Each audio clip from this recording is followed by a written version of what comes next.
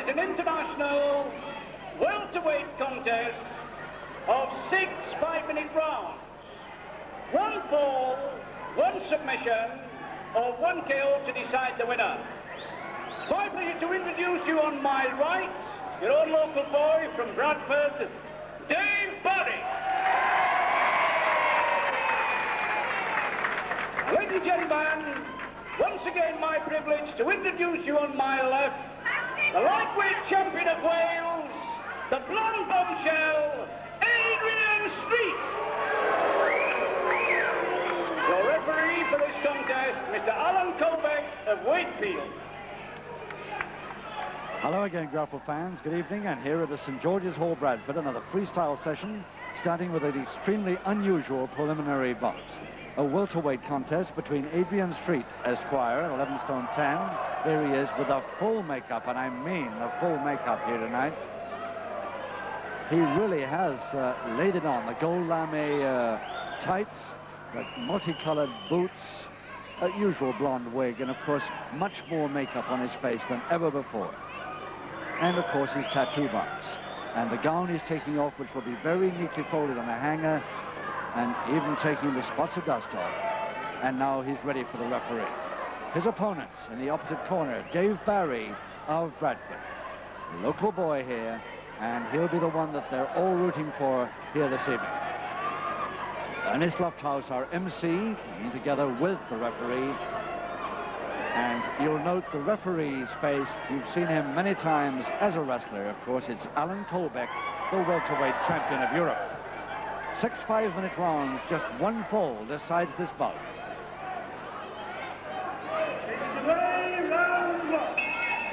So the first fall is it. And I don't think we'll have too much problem with identification here this evening.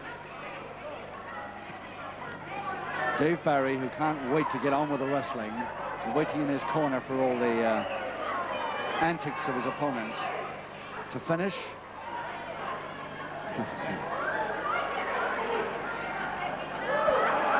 Well, all this stuff will go on for quite a bit until we see that Dave Barry, who is a great welterweight wrestler, and of course trained by the one and only Les Kellett, puts up such a show that Adrian Street has to stop the gimmicks and the playing to the gallery and get on with the wrestling. And then we'll see for the first time what a wrestler Adrian Street is. Already he's showing that inside leg hand to the following up with the interlocked fingers. Always time to do the hair, flex the muscles, while he's got the arm lock in between his legs. Even got the little sequins on his chest here tonight. I've never seen this makeup before.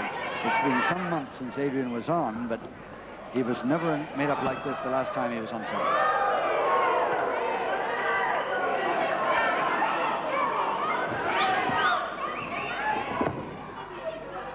Mind you, if this bout went the distance of 6 rounds, I'm not sure his face is going to look good with all that makeup smudged.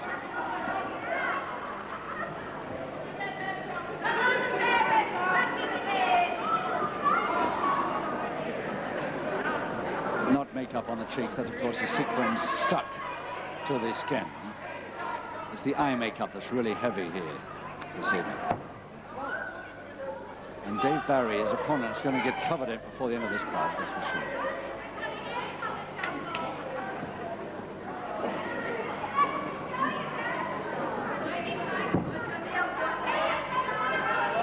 Remember, this 6 5-minute round welterweight contest is decided by 1 fall, 1 submission or a knockout. And it'll be very interesting to see how Alan Colbeck, the referee, makes out on his very first televised bout. There is Alan Colbeck, the European welterweight champion, just turning referee slowly. He's not through with wrestling, but he is gradually turning into a ref, looking to the future.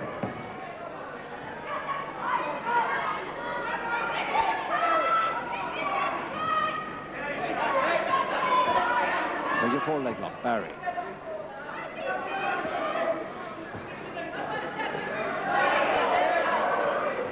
Barry still holding that on, having reversed his man.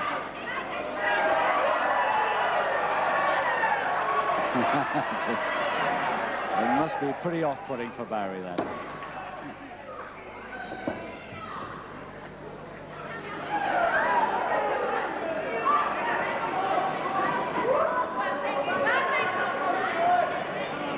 flying body scissors.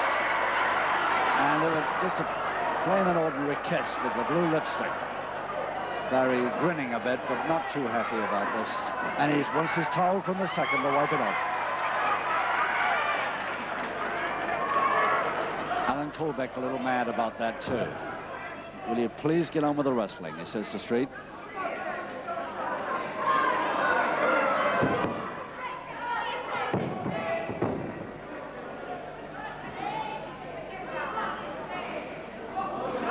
Some neat lock he's got on the neck there.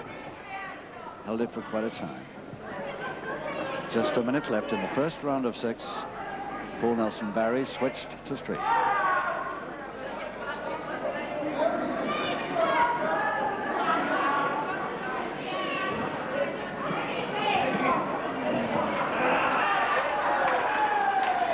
Barry winning this little contest here on the side of Full Nelson's.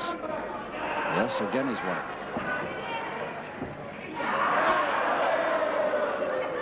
Still on with less than half a minute to go. This first round.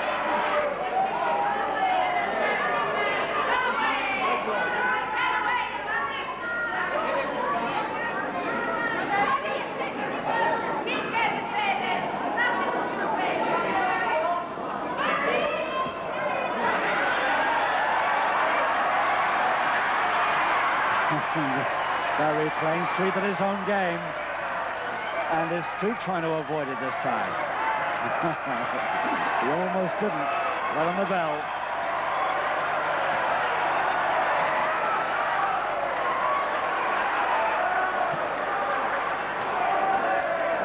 If Adrian Street ever gets back to his corner, we'll get a close-up look at him. I don't think that the bell has gone and nobody has heard it. Even Alan Colbeck, the referee, wasn't quite sure it had gone, but it had gone. In fact, we've gone about 10 seconds over.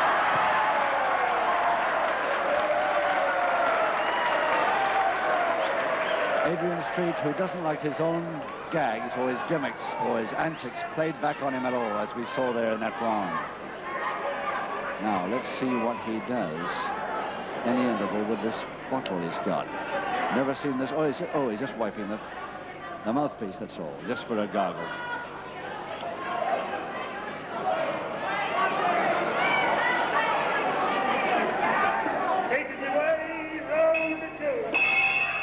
Round 2, 5 rounds to go. 1-4 to decide this welterweight contest here at the St. George's Hall, Bradford. Adrian Street. Now goes to London. Originally, of course, from Breconshire in Wales. Now resides in Streatham against Dave Barry, the local boy from Bradford.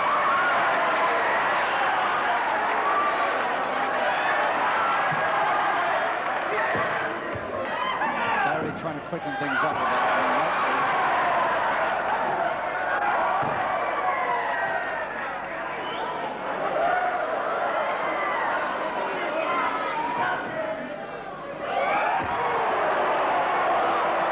The base of the spine drop onto the knee by Barry. Street not happy about the limit.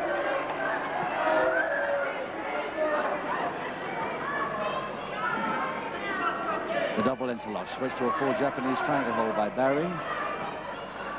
Barry dictating quite a bit of this at the moment. Weight-wise, nothing else. Barry 1 pound heavier, if anything, 11 stone 11. Right on the upper limit of the welterweights.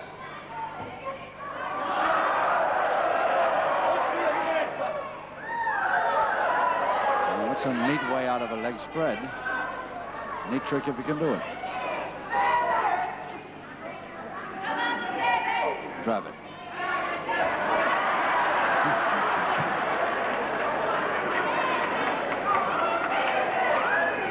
Yes, the dive there by Street to get the grapevine on. He missed it, but he still got the leg grab.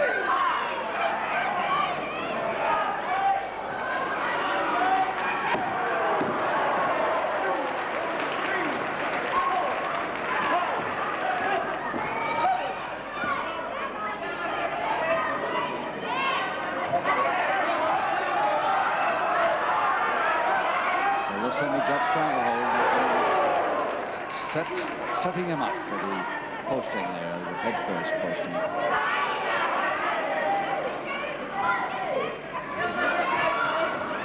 I don't know what you think at home, but when you get a close-up of Street, even from ringside here, I keep thinking he's got glasses on. Dark glasses.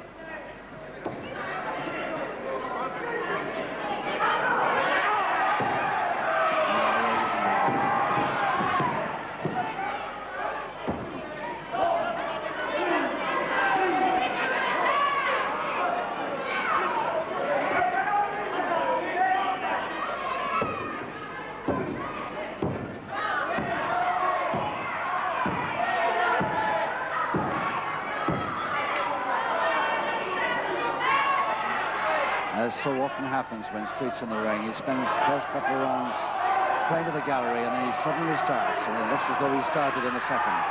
Here the match.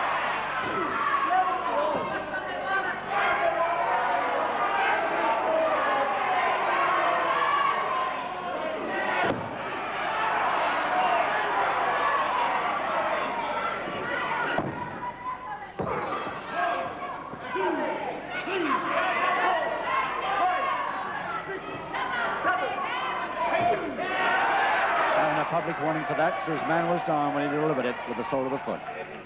Thank you, ladies and gentlemen. Adrian Street receives his first public warning. Well, that'll slow him down a little maybe on the rule bending, but not too much. He's got another one to go, which is his final one.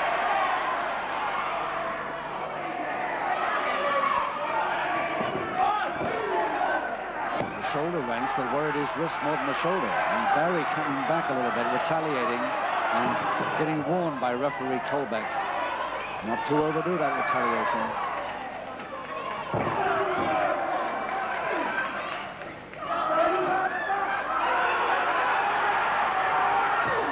And a punch right to the stomach, but of course Barry was holding Street's hair, so Kolbeck I think is going to call that one even.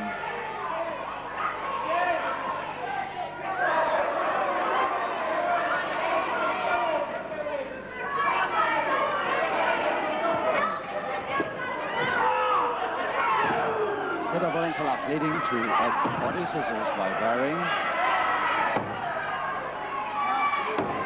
And just a couple of seconds only to go in this second round.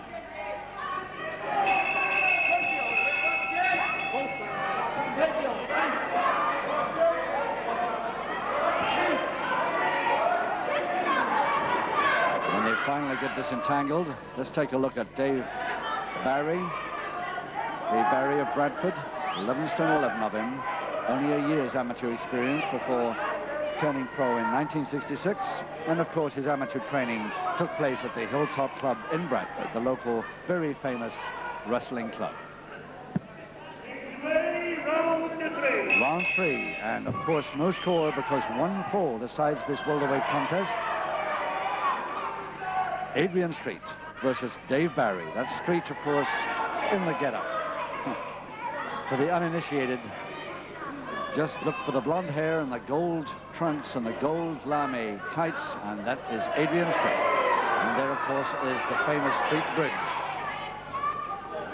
which he nearly always carries on a little too far. One fall decides, one public warning against Street already.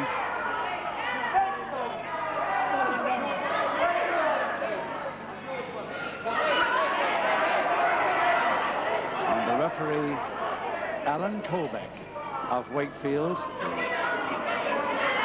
First time, I think, that a reigning champion, who's the welterweight champion of Europe, has ever turned referee or even started to turn referee, even part-time.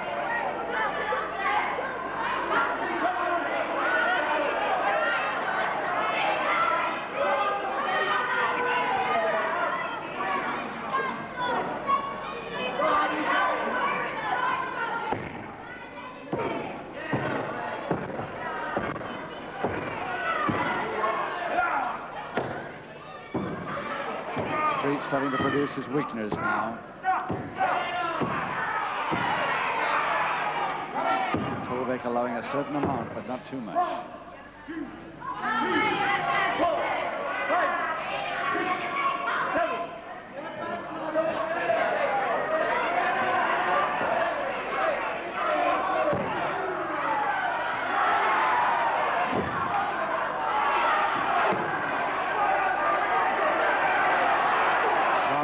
that too much.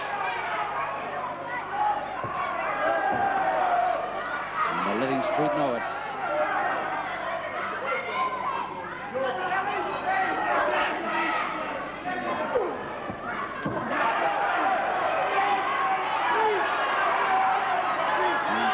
Both arms caught between the top two ropes twisted. And it's a public warning again for Street in the third. Adrian Street receives his second public warning. And that second public warning, of course, is his final public warning.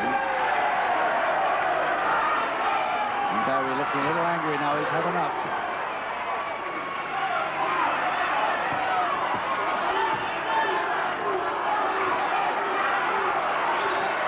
That's what he's been taking. Why shouldn't he dish it out a bit? But he's not going to be allowed to.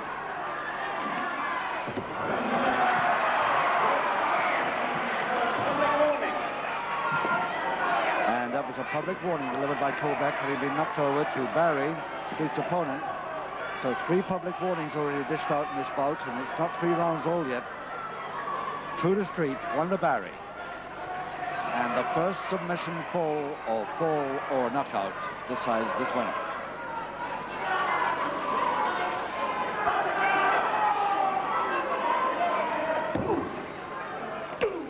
Back elbow now perfectly legal. 2 years ago that would have been illegal and would have got a public warning, but the back elbow now is okay.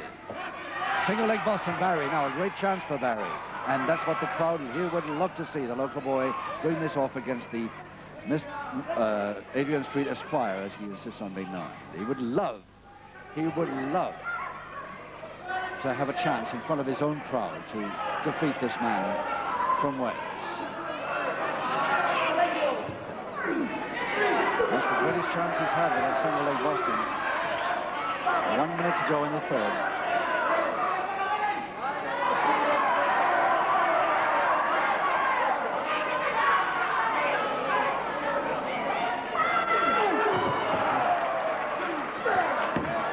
Before his man got up too. But Kovac, the referee, allowing it because he's taken so much. A straight arm lift position now for Barry. Half a minute.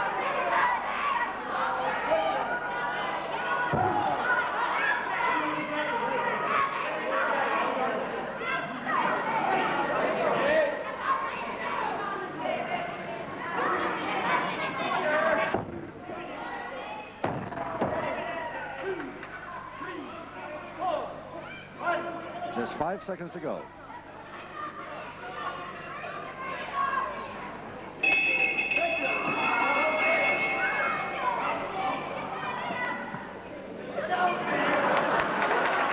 Judging by that grin, Barry quite happy, Street not quite so happy. Adrian Street is the first big name wrestler in tonight's show, and of course following this one, the one that I think people are waiting for even more than this perhaps, is the appearance after some time of the one and only Les Kellett. Adrian Street make up running a bit now.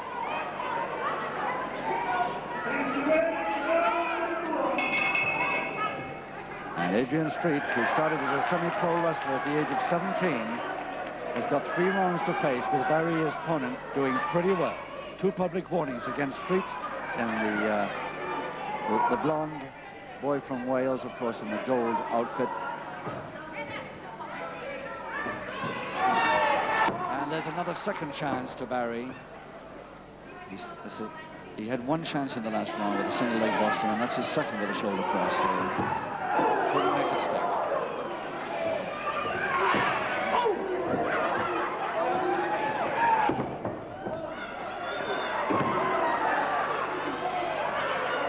Really going with his feet now. He's been taking a lot of feet treatment.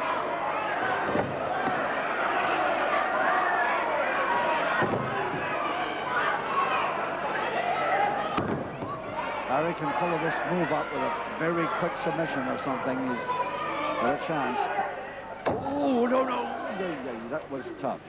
Barry was trying to go over the back of Street, making a landing right behind him, but he landed very badly on that left arm, and Street knows it, going straight for it, and he's liable to get a submission from this.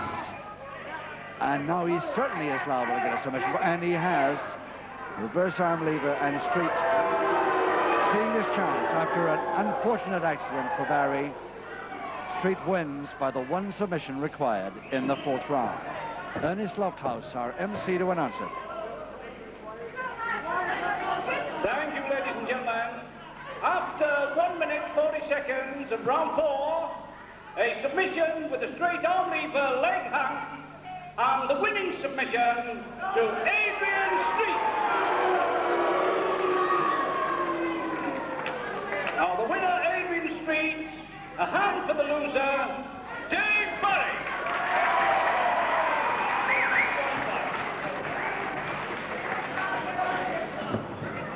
Thank you, Ernie Lofthouse. And with that win from Street, don't forget to be back with us in a couple of minutes' time for the main bout with Les Kellett. Once again, to leave the ring, ladies and gentlemen, the winner, Adrian Street.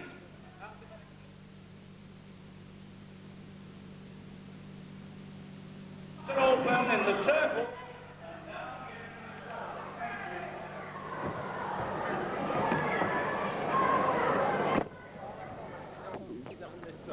If you want it, you just put your hand out towards me and you've got it, right? And when we do the interview, Ken, well, I'll ask you to put your flag out. Not yet. When they're about ready. Give it to me. Don't stand. We're ready, Jeff. Don't stand by. It's expensive. About 10 seconds. 5. Stand by, Ken.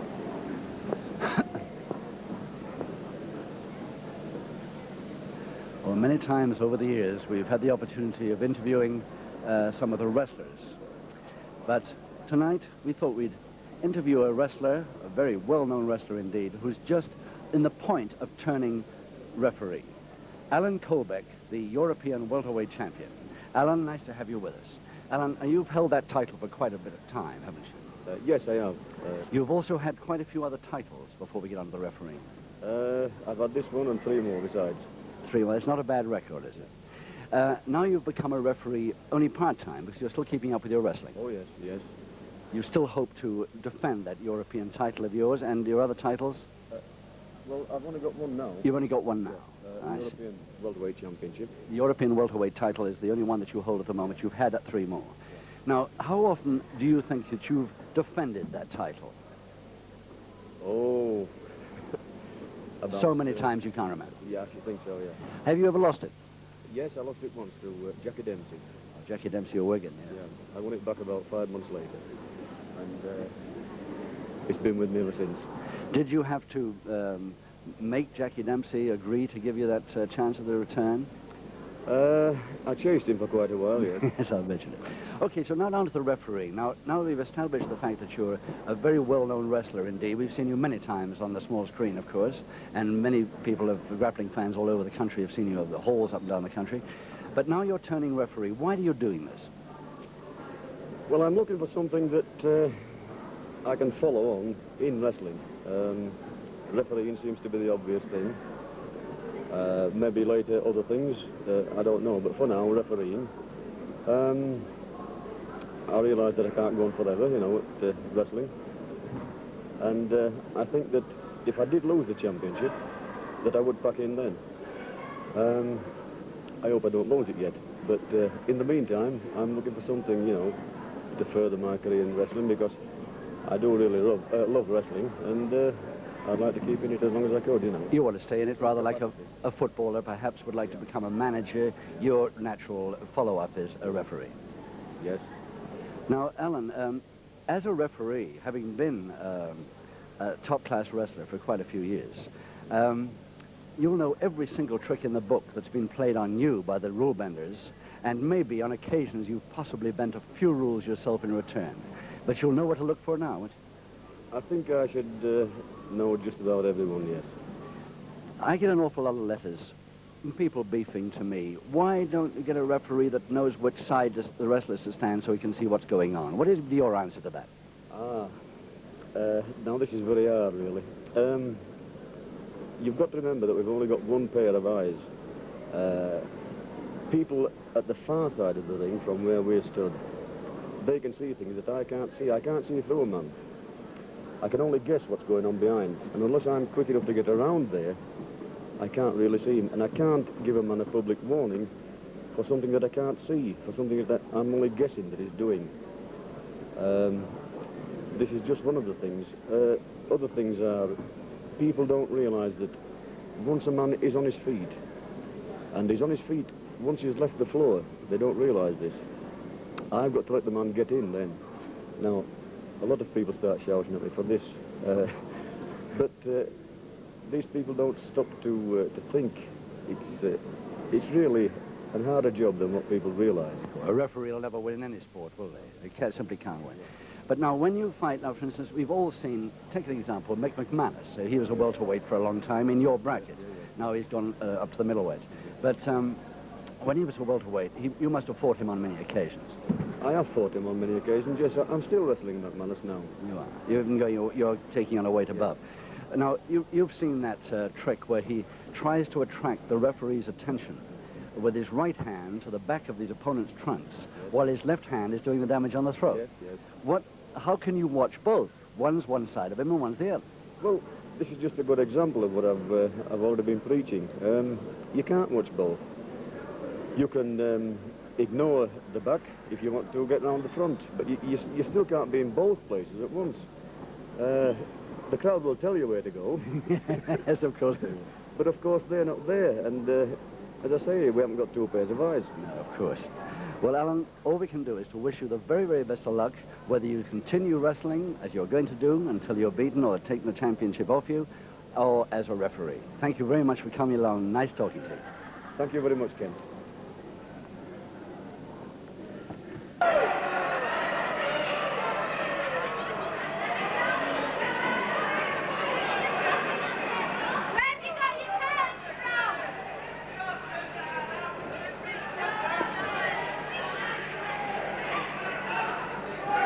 Ladies and gentlemen, this is a catchweight contest of 6 5-minute rounds. 2 falls, 2 submissions, or 1 KO to decide the winner. It's my pleasure to introduce you on my right, from London, Bobby Barnes. Once again, my privilege to introduce you on my left, from Bradford, the one and only Les Kellett. Your referee, Alan Kovac of Wakefield. Thank you, Annie Lofthouse, and this, of course, is the main bout of the evening's program. Les Kellett, from Bradford, of course, 14-2.5, against Bobby Barnes. Tag partner to Adrian Street, of course, and takes almost as long as Adrian does, folding his gown before he'll come to the ring and get the once-over from the ref. Everything's got to be dead right as he hands it back to his second. And the referee, of course, there's Kellett. There's Kellett waiting patiently with Ernie Lofthouse, the promoter, and, of course, on behalf of Norman Morell and Ted Beresford Promotions, and, of course, the MC for the evening's program. The referee, Alan Colbeck of Wakefield. And look about, well, that's a good trick. That's a neat little doll, that glove puppet, if it is one. I don't know how it's quite working, but it's cute. Never seen that before. And here we go for round 1 of a 6 5-minute round contest. 2 falls to decide. Barnes is ready. This is where Les Kellett hasn't heard the bell to start. He often doesn't hear the bell to finish, but tonight he hasn't heard the bell to start.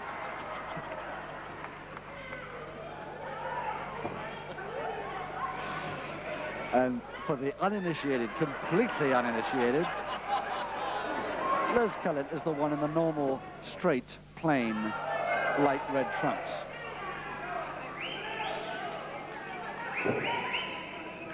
And Kellett, for once, has the weight advantage of almost a stone over Barnes. Well, 3/4 of a stone, anyway.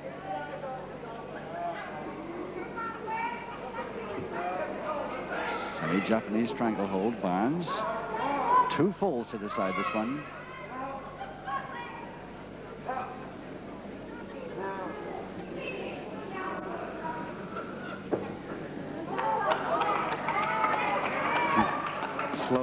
deliberate, but he gets there just the same.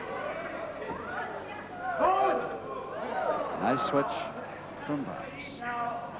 Backhammer.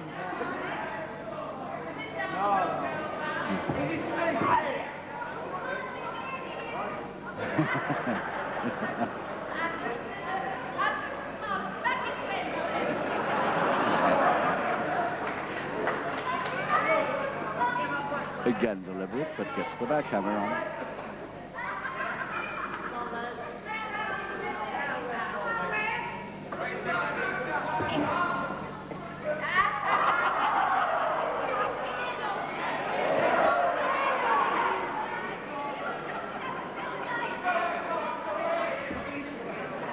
The thumbs to the pressure points under the ears by Kellett.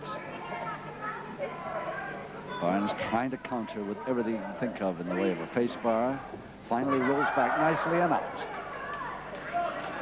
And the referee, Alan Colbeck, might have quite a bit of trouble with this bout, too. His troubles aren't over this evening.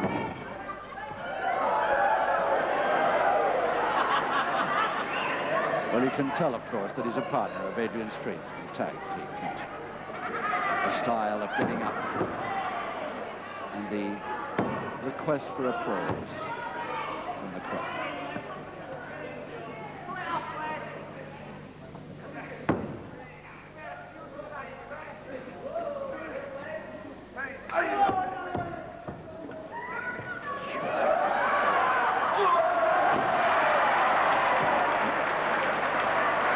The famed fall backwards, smile on his face all the time, but still Barnes came on when Les Kellett gave him the count. Oh, anything could happen here tonight.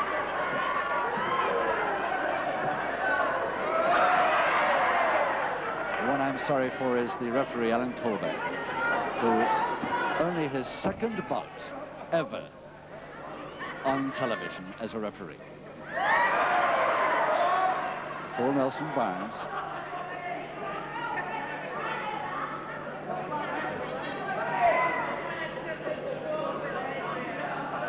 He was watching his... standing a bit too near Colbeck then, as Kellett gave his supreme effort to get out of the full Nelson. Half Nelson throw, Barnes. Double-handed wrist lever to Barnes. 1 minute to go. Takes the lock, the arm lock between his legs. Goes back to the lever.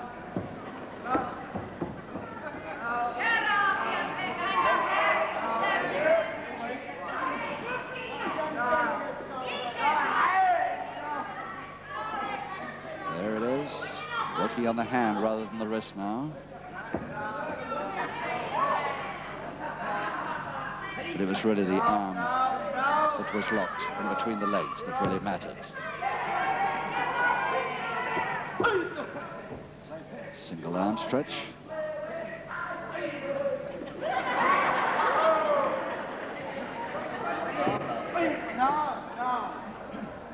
It's just about 10 seconds.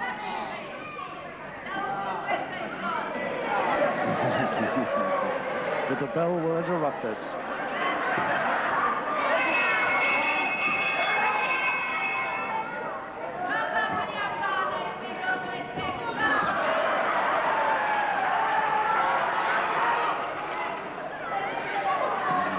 Barnes, not a happy man after that at all. Complaining to the referee, complaining to Kellett.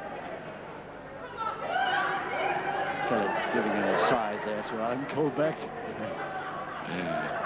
Who can't stop laughing himself, I don't think. Round 2, 5 runs to go, no score. Barnes, the blonde-haired wrestler from Lewisham at 13-4. Kellett from Brentford.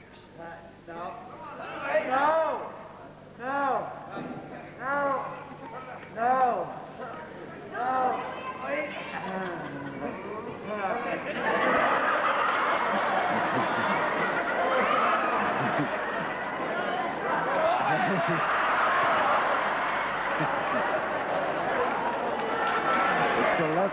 the point. Kellett just demonstrated to the referee now. And, of course, Kellett was on his knees, both knees, when Barnes re-attacked. But Barnes getting a little angry about this treatment. And he won't be the first man to get, the first opponent of Kellett's to get angry. 1, 2, 3, 4, 5, 6, 7, 8, 9. Barnes with his crossed hands, neck.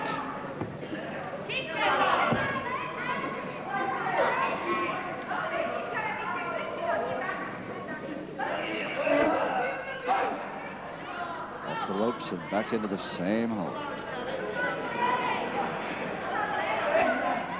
But not this time.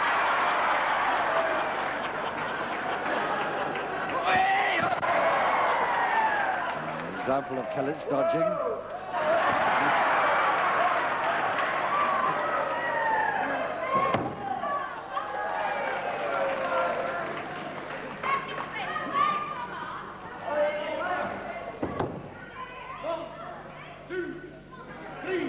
Staying down for a change.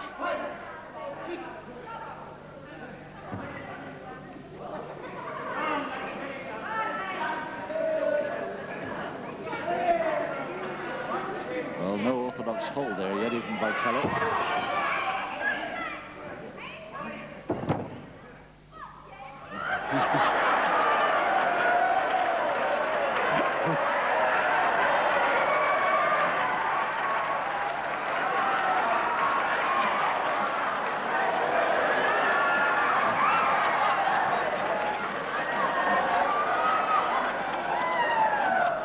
Everybody thinks it's funny except Barnes. And it's a folding body press to Kellett. So easy, so easily done. And Barnes furious.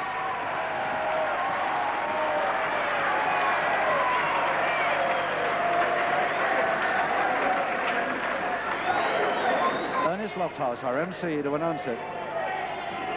Thank you, ladies and gentlemen. After 2 minutes 50 seconds of round 2, a pinfall with the leg snatch folding press, and the first fall to Les Kellett. There he is, having a quiet chat with his second. I don't expect about it was about the last fall. Probably about cattle. Because he's, of course, owns a small holding, so it may be about anything in the farm world he's talking to him about. Any second now, the bell to start the third. And Kellett's heard the bell this time. In comes Barnes, determined that that sort of thing shouldn't happen again. 1, 2, 3, 4. When Kellett stays down, that's the time for his opponent to stay miles away. 9.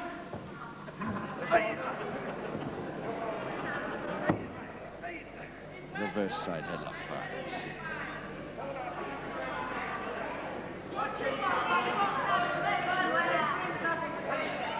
Lovely reverse work. But Barnes, giving this due, gets up well from it.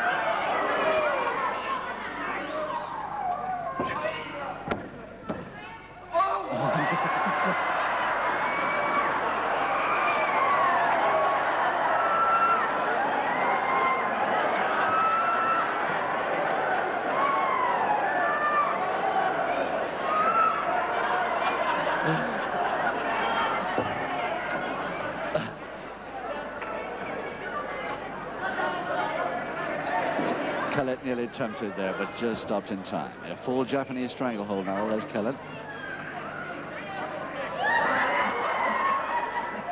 Holding it on so easily with one hand while he manipulates the locks and prepares the head for a back hold. 1, 2, 3, 4, 5, 6, 7, 8.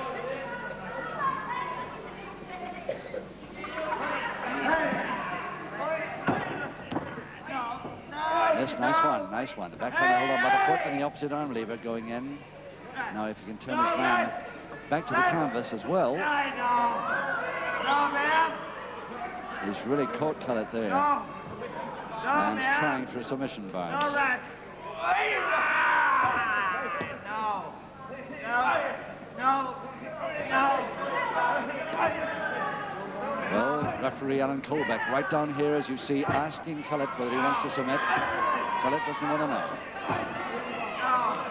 There's the perfect block. Oh, he's released one arm, and he might be sorry for that.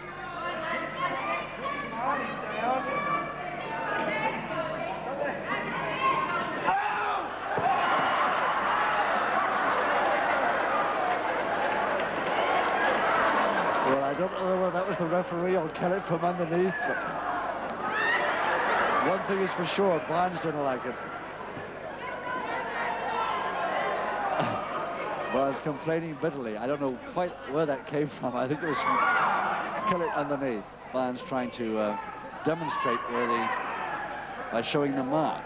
So Kellett having a close look.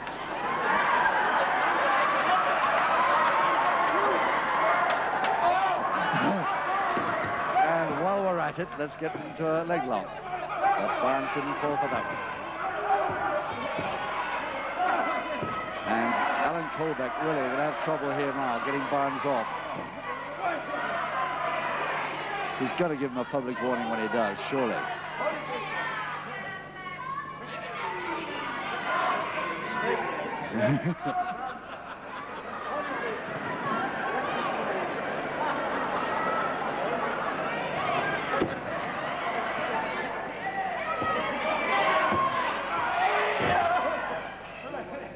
Well, I don't know if you caught that or not, but Les Kellett, as he was the ringside, he just above our commentary table, he looked down and said, Kent, there's got to be an easier way to make a run.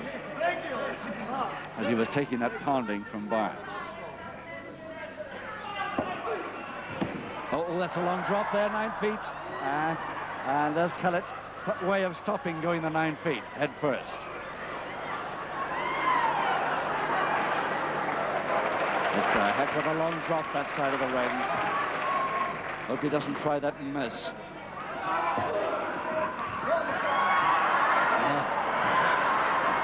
If he does, he'll be back in the Bradford Royal Infirmary, where he's been 3 times for back injuries.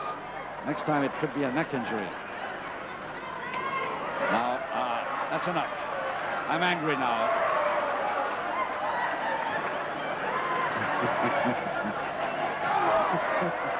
I hope one of those doesn't land. And so does Alan Colbeck. Just about 7 seconds to go. Round 3.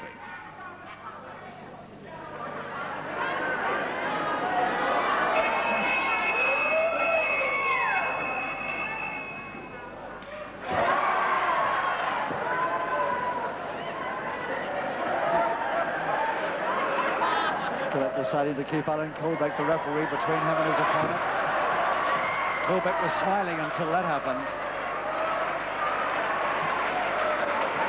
Oh, this is the most extraordinary wrestling program this evening. What with Street Spout first and now this one. Anything can happen, we said, and I think most of it has. Round 4, 3 rounds to go, and still Les Kellett leading Bobby Barnes of Lewisham by 1 fall to 0. A folding body press in round 2, and that's Kellett flat on his face on the deck. The one who's leading. Public warning against Barnes. Thank you, ladies and gentlemen. Bobby Barnes receives his first public warning.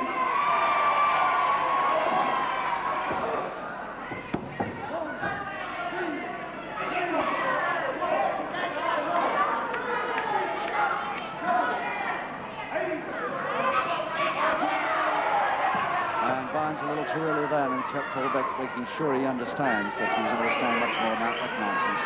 However angry Barnes is because of Kellett's treatment. Now, that was a punch to the stomach.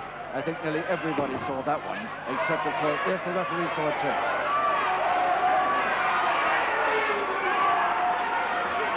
And Kellett, meantime, flat on his back. But coming back a little angry now with the thumbs on the pressure points. Thank you. Kelly. And the Unfortunately, Kellett broke. Of course, Barnes goes in with a forearm to the stomach.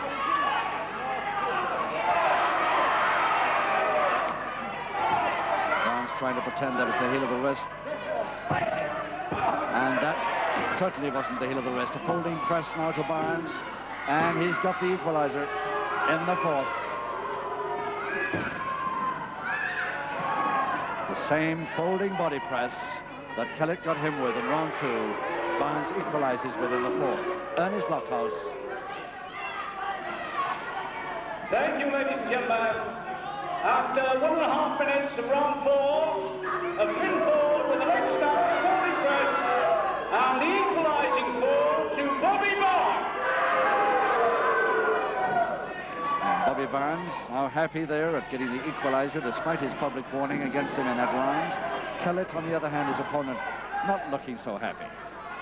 It was only a folding press that got him. It was the treatment before that he's suffering from. But he's only got a very few seconds to go back in his corner. He can't get settled down for too long. About 5 seconds, I make it, before he's got to go. And Kellett's got to go now. And Barnes knows it and comes straight across. Tries to take him unawares. Kellett lying over the ropes now. But knowing Kellett, how much does he mean?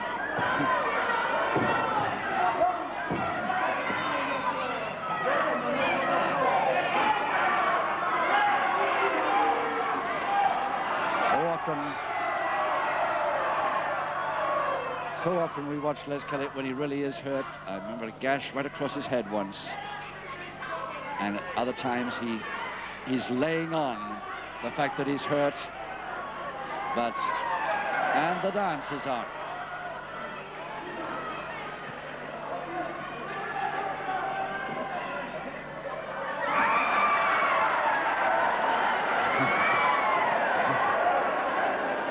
Kellett trying a Dave Barry now, what he tried on street in the earlier bout.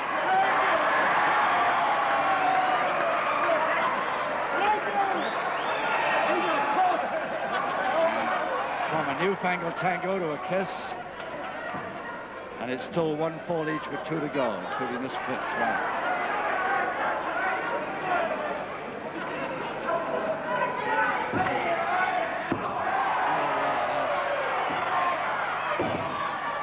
Again, blind side of the ref. The referee not sure that was a punch. Because, of course, Barnes turned his back on him.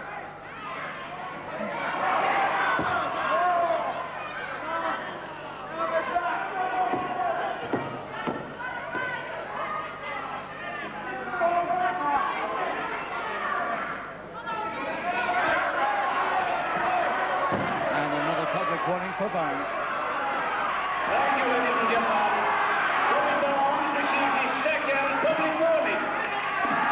So the second and final public warning to Bobby Barnes of Lewisham. 1 fall each. Barnes trying a full Boston Crab now on Kellett.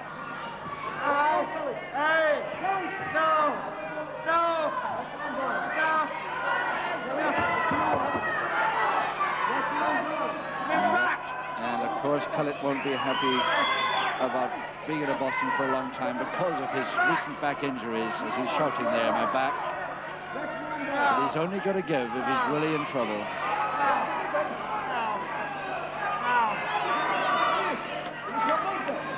And Barnes releases. And Barnes thinks he's won it. Barnes thought he'd won it. But Kellett goes in and the return folding press. And Barnes will now go mad. And you can't blame him. He thought that was a tap on a submission. He released. Kellett moved in because he knew it wasn't. And Ernest Lofthouse and referee Alan Tolbeck have got to separate them now. But Kellett is the winner in the 5th round by 2 to 1. Whether Barnes likes it or not. And if Ernest Lofthouse gets a chance, he will no doubt announce the result to that effect. And Kellett clear out of our side this time, but holding onto the bottom rope. Thank you, ladies and gentlemen.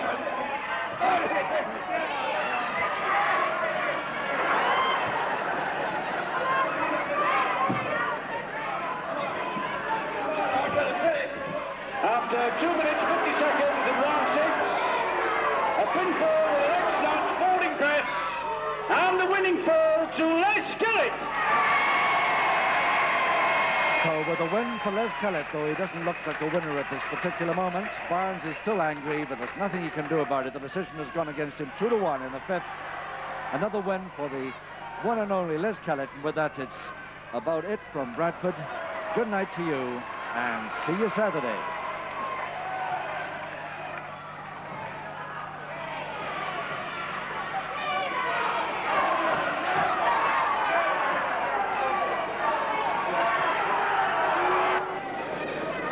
Thank you, ladies and gentlemen. This is a heavyweight contest of 6 5-minute rounds. 1 fall, 1 submission, or 1 KO to decide the winner. My pleasure to introduce you on my right from Wakefield, former amateur champion, Ray Steele. It's also my pleasure to introduce you on my left from Salford Lands, we have Johnny South. Your referee for this contest, Mr. Ernest Baldwin of Wakefield. Hello again, Grapple fans, and once again we welcome you to the St. George's Hall, Bradford, for another freestyle session of freestyle wrestling. Heavyweight contest starts it off. Ray Steele at 15 stone nowadays, taking on Johnny South, exactly the same weight. Both men identical weight now. More about them as we start round 1. Taking away round 1. So this is a 6 5-minute round contest. 1 fall. The first fall decides the bout. Ray Steele in the dark trunks versus Johnny South. Ray Steele from Tingley, Yorkshire. Johnny South from Salford in Lancashire, actually from Broughton. Both exactly 15 stone. And the referee, Ernest Baldwin.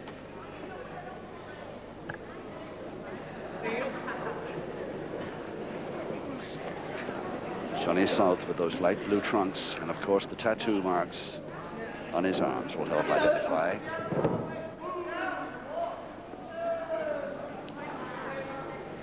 The last time we saw Ray Steele, he was taking very great care about this right knee of his, which is still heavily bandaged this afternoon.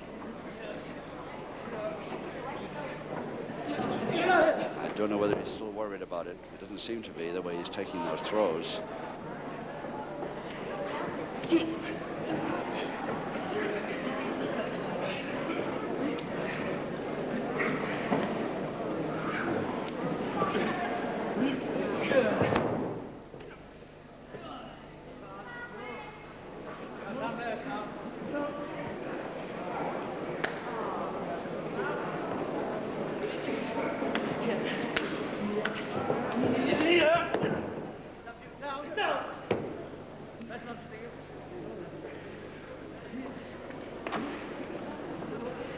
We have a program of 3 heavyweight contests here this afternoon.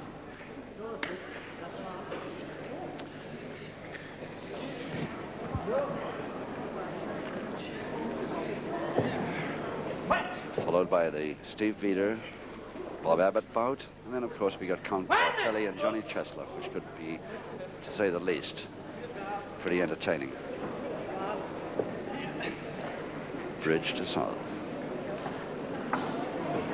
Getting up from it successfully. Steele might have met his match here, despite his tremendous potential. He's not going to find this man, Johnny South, so easy at all.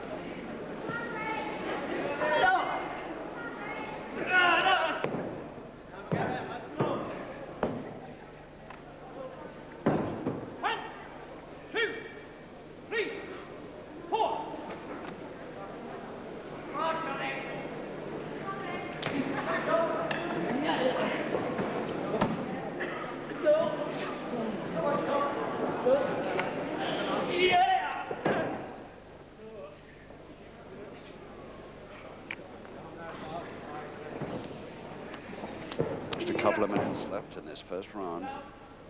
6 rounds, remember, 1 full to decide.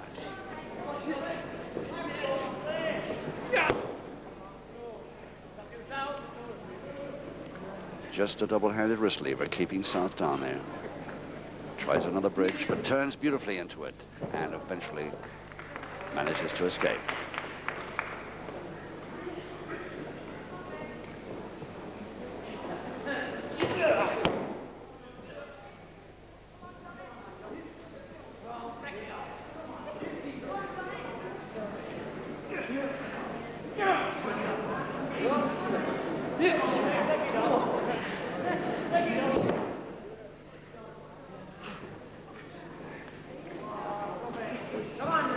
I think that if Johnny South tried that to the other leg, it could cause a lot of trouble to Ray Steele. So less than a minute now.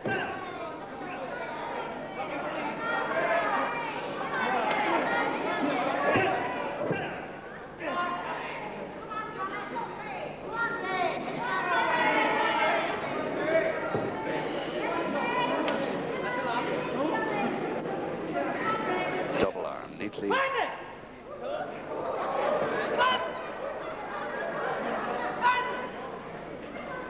With half a minute to go in this first round of 6, we nearly caught the bout over then. Steele had managed that tremendous double arm he was holding, one with his legs and one with his arm. Almost got the shoulder press from him.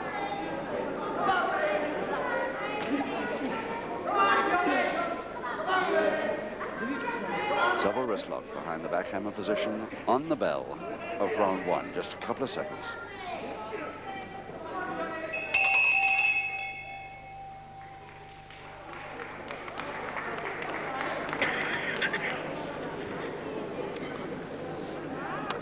Ray Steele from Tingley, Yorkshire, 15 stone of him now, gone up quite a bit since we first saw him on television in June 1970 when he weighed 13 stone 8.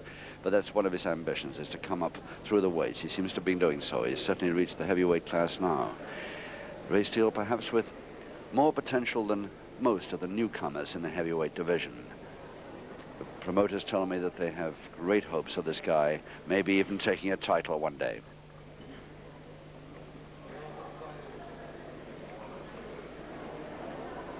Taking away round 2. Round 2, 5 rounds to go. No score, of course, because this is a one-fall bout. His preliminary contest at heavyweight. Ray Steele, Tingley, Yorkshire. Johnny South, Salford, Lancashire. A War of the Roses here for a preliminary bout. The first fall decides the contest.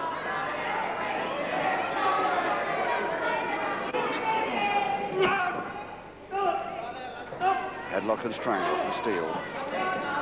So far, that right knee not worrying him at all. Well, not apparently so.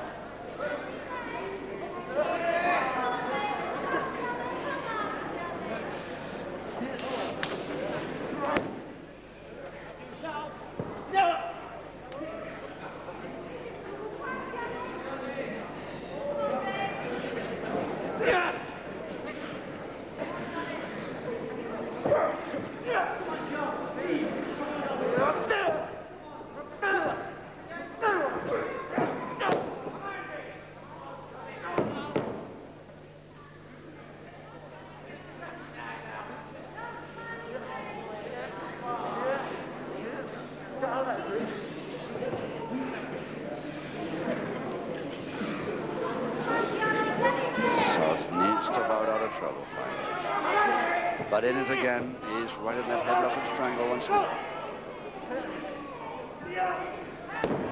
Nicely out the second time, much more spectacular escape. And he's got the arm lever against the joint, held with the legs.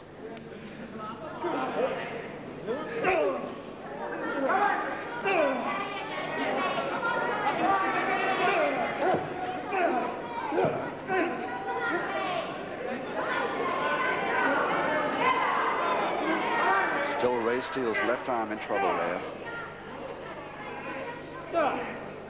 Finally out. And ropes.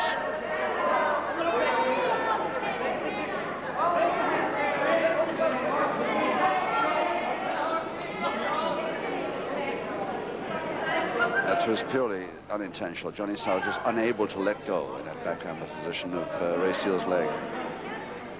Not intentional holding it at all. The referee knew it. And the figure 4 leg lock with the bar through to South.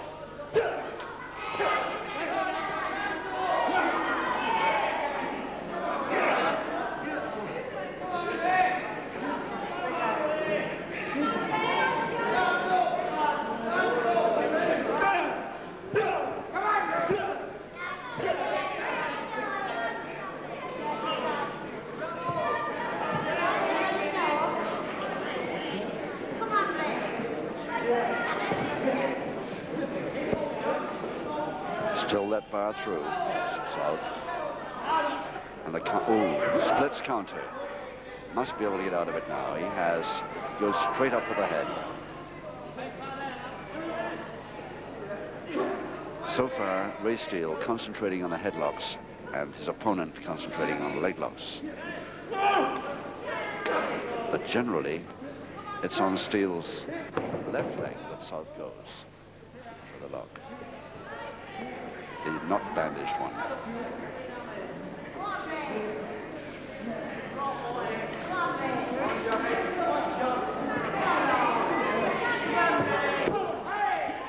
Well, the heel of the wrist. Straight fingers the third. Oh, beauty. 2, 3, 4, 5, 6, 7. Just 1 minute left to get round 2. Steele looking a wee bit angry after that. Hence the knee. And he's very angry. He does get a little bit temperamental, Ray Steele. This might be one of the occasions.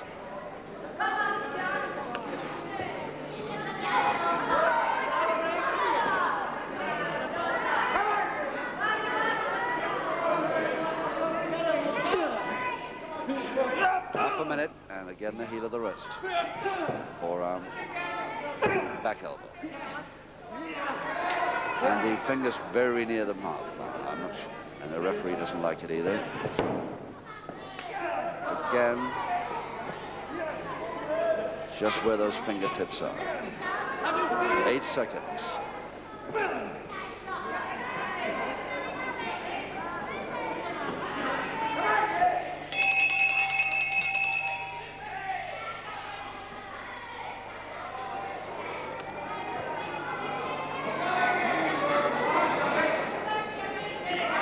Johnny South. First saw him also in 1970, so he's a comparative newcomer from Salford, or from Broughton, actually, which I understand is very near. A couple of years amateur experience at the Barton Athletic Club near Warrington. He turned pro in 66 full-time, joined joint promotions in 69 after a year or two with the opposition. He played rugby league for Salford Juniors at one time, could have been a pro.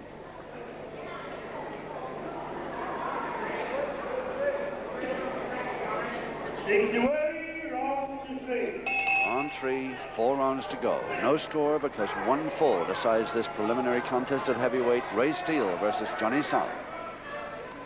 And here at the St. George's Hall, Bradford, everybody really enjoying this preliminary bout. The first of 3 heavyweight contests this afternoon's program. Crossbody for Steele.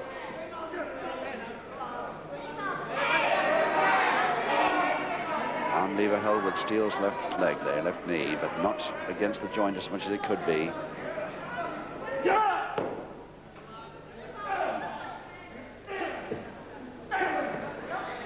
And your guess is as good as mine. What's happening there? It's a side headlock ground position, but South has escaped from that arm lever.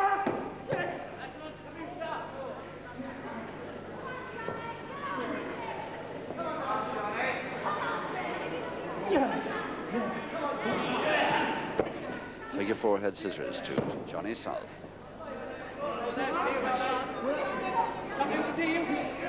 Johnny South in the lighter trunks, the long sideburns. And the tattoo marks on the forearm.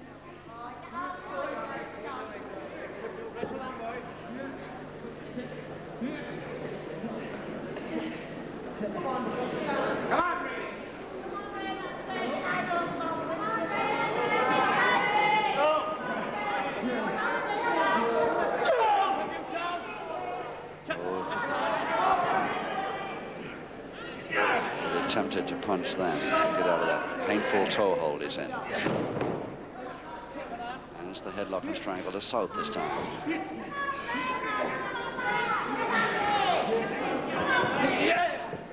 Oh, beautiful leg trap. And he still got him. South really fell for that one. Nicely manipulated and going again for that. Almost a single leg Boston. Leg lock. And South would love to reach a rope here to get out of trouble, but he's right in the center of the ring. And it's a 1-fall contest. So 1 fall or 1 submission, and he's had it.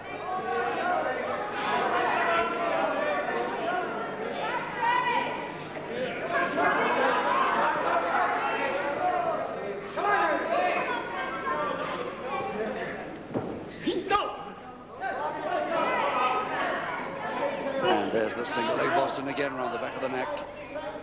It's not an official Boston, but it's the same effect.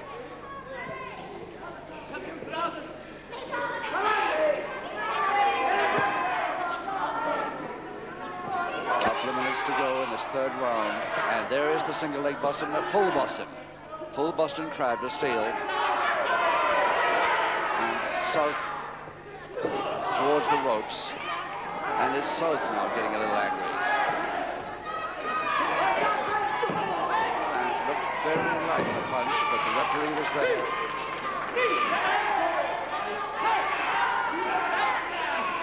A wee bit early.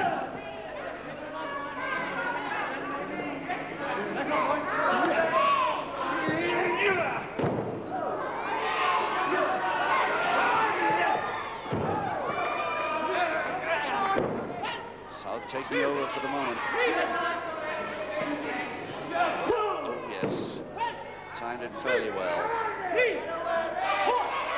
South can't wait to get at it.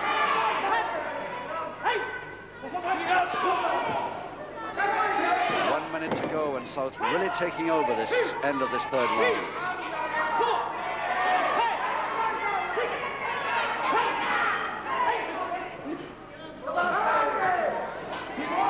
Caught beautifully again, but he's over the top of the floating press, and a beauty from the side.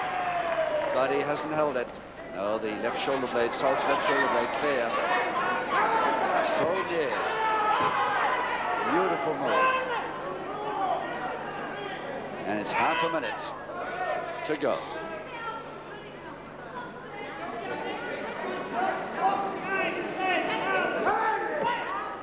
So nearly the winner for Steele there, when his opponent's been dictating the last 2 minutes of this bout, of this round. 8 seconds.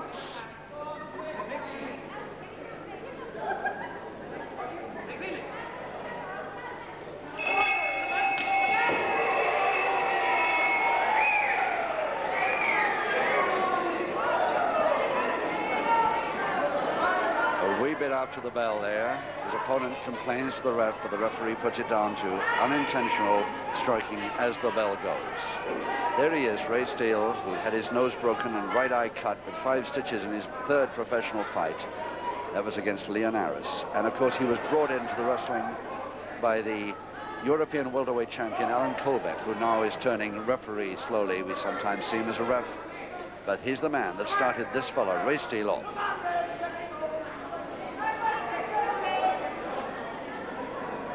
Taking away round 4. Round 4, 3 rounds to go. 1 fall decides this bout. Ray Steele, Johnny South. There he is, South on the canvas in the light trunks. The blonde-haired Ray Steele so far doesn't seem to have had any trouble with that right knee, which has caused him trouble in the last week or 2. Doesn't seem to be shown up so far today.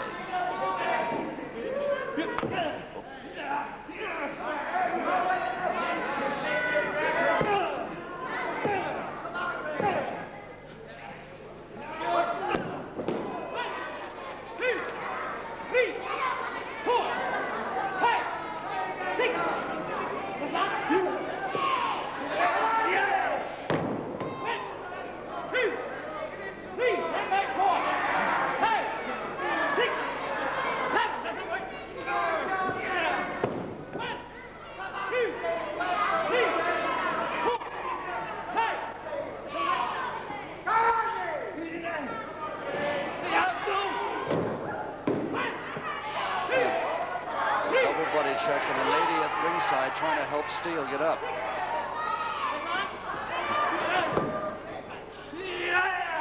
Taken over the top of the cross press, and South could have him here, but no, thrown off. Fairly is. Oh!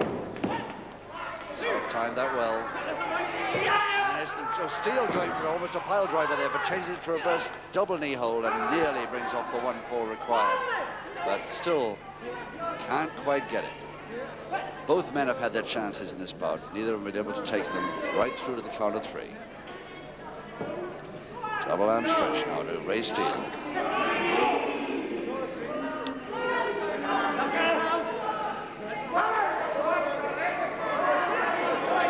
Ray Steele, who won the intermediate light heavyweight title of Great Britain as an amateur.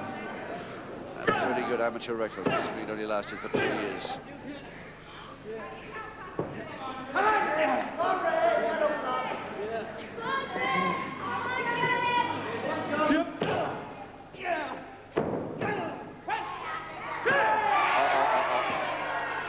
And yes, a public warning.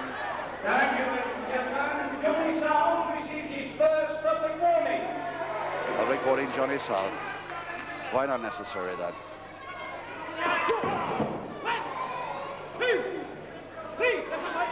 And now Steele really angry. And the uppercut's coming out. Yes, so beautiful. And the knee.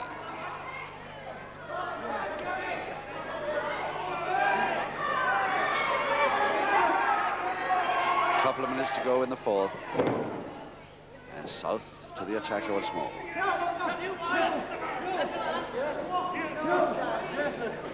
That left arm of Steele underneath there, curling with the joint. No real trouble for him.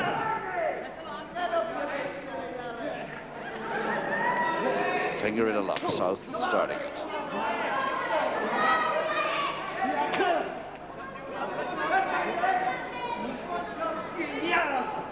Whip, but still holding onto the hand. Doesn't release.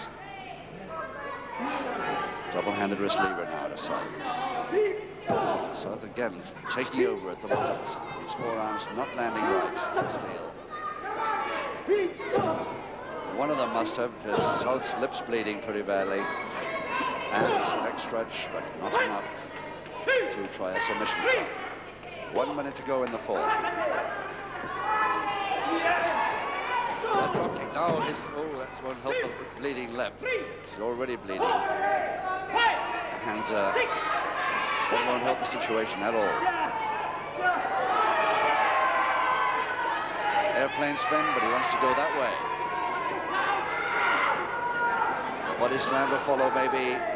There it is. The follow down. Now he's too giddy to get up, surely, and Steele must have it. Yes, he's got it. Just 4.5 minutes into round 4. Steele the winner by the 1-4 required. Ernest Lofthouse, our MC, to announce it.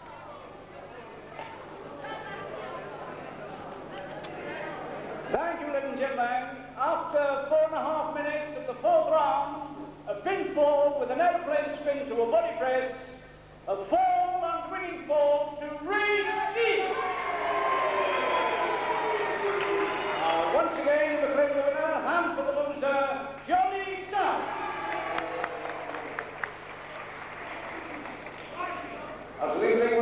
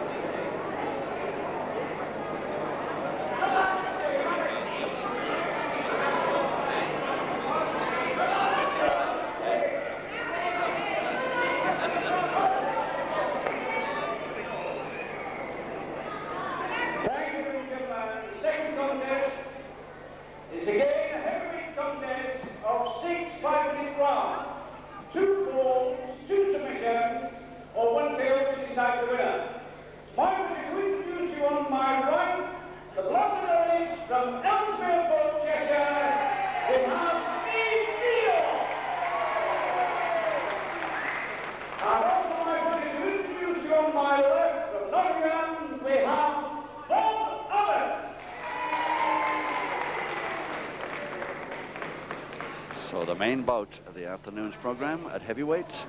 Once again, 6 5-minute rounds, 2 falls, 2 submissions or a knockout to decide this winner. Steve Vieder, Ellesmere Port, 15 stone 1. Bob Abbott, Nottingham, 15 stone 1. So no difference at all weight-wise, but there's quite a lot in the height. Of course, Steve has advantage height. Steve Vieder in his usual light yellow trunks.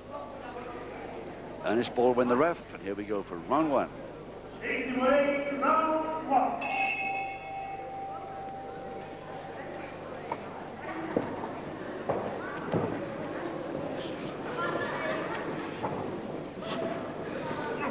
Well, there's no weight advantage, just a little height advantage, that's all to Vieder.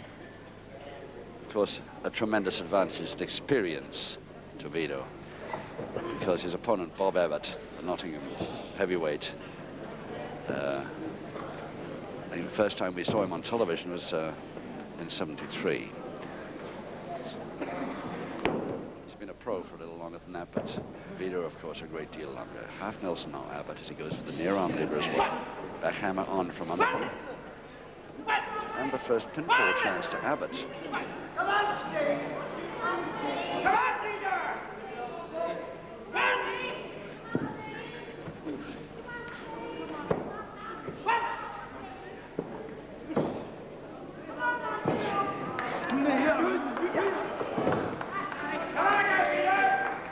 Interesting to see how soon Vieder's experience will start to show. At the moment, Abbott trying to attack all the time. Full Nelson here.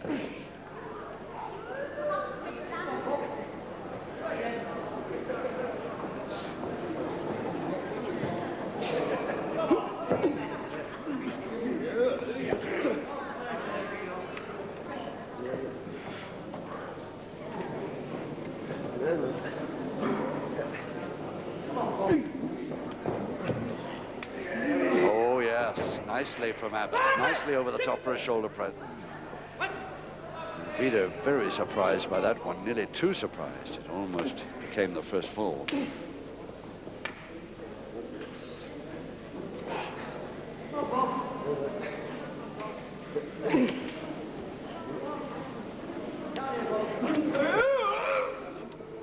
The reached crotch hold, no slam from it because the headlock was on.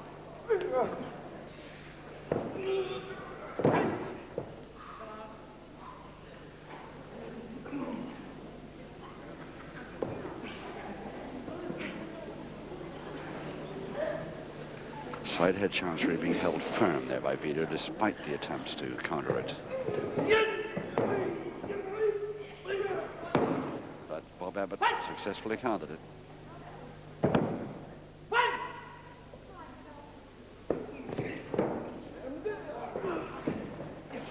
Quickly into a back hammer, which he didn't want to hold.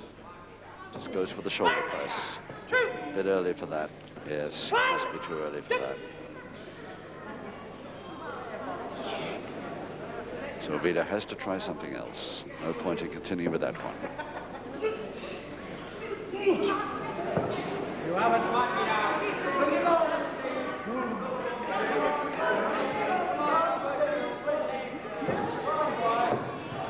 That Vieder double-handed wrist lever, perfectly placed. Try and force his man to lose balance. Still got it. You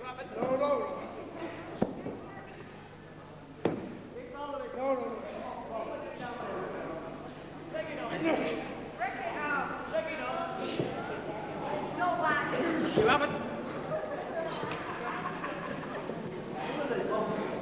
Come on, Peter. Come on, board.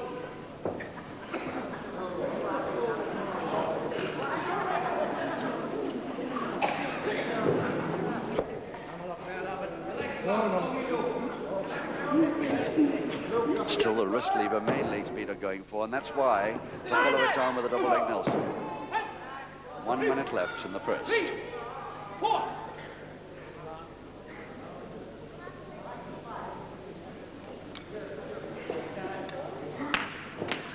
Very nice. This Bob Abbott, we shall see more of him if he goes on like this in the first round. Really doing well.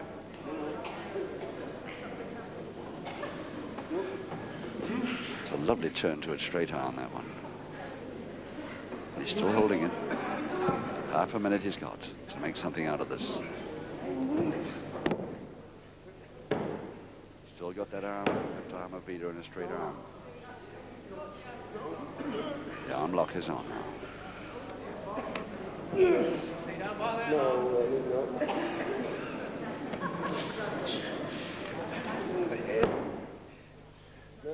Just 5 seconds. He's left it too late this time.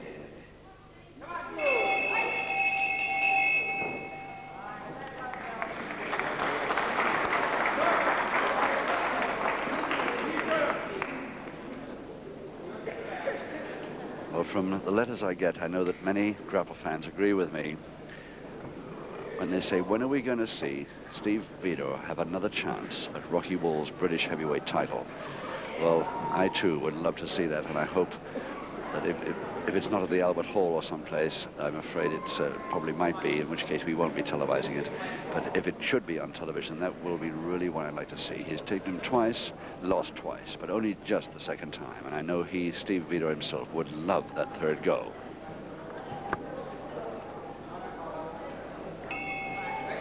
Take it away, round 2. Round 2, 5 to go. No score. 2 falls, 2 submissions, or a knockout to decide this winner. And for the uninitiated, a fall is when a man holds his opponent's shoulder blades down to the canvas for the count of 3 in the time of seconds. Steve Vito in the light yellow trunks versus Bob Abbott from Nottingham.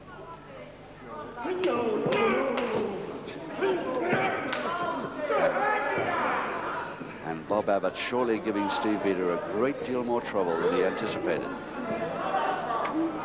Oh, lovely whip, final whip though. 3, 4. Flying tackle attempt by Abbott, and he gets off balance, but can't Vito throw him. He just throws him off on count of 2. Practically on to the referee on his forward. Missed him. Steve goes for the double arm underneath. Beautifully handled. And there's the shoulder press from the double arm and a smile on Vito's face. As if to say, a good effort, boy, but that one got you.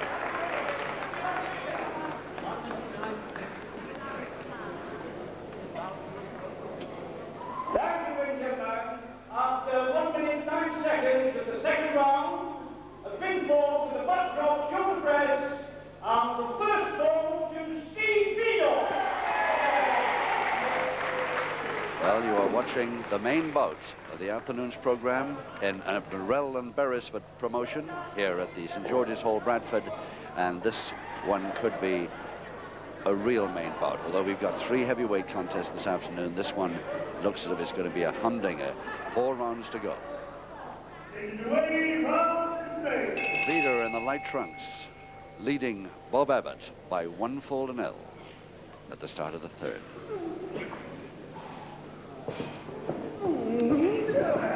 Over the top for a folding press behind. Gets out of it, goes for a double arm stretch. Using the head rather than the shoulders there with 1 foot. Maybe hoping in vain, I'm afraid, for a submission.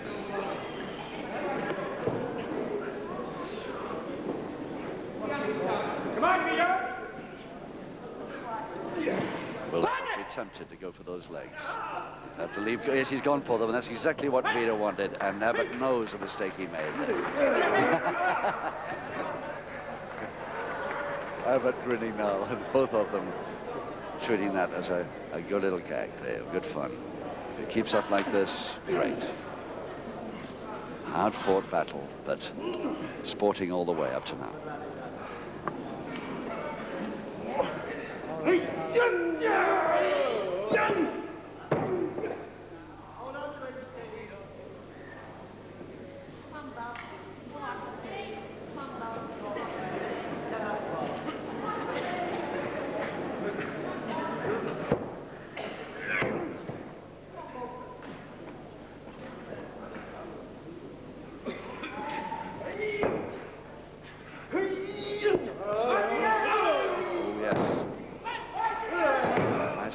This time it didn't work.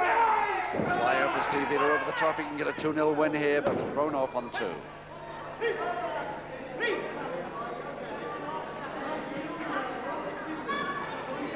Steve Vito leading by 1-0. And almost made it 2-0 then. Just one more second with Abbott's shoulder blades on the canvas. That would have been it. I'm sure the crowd here at St. George's Hall, Bradford, would be pretty disappointed to see the end of this bout, because so early, because it really has the makings of a good one.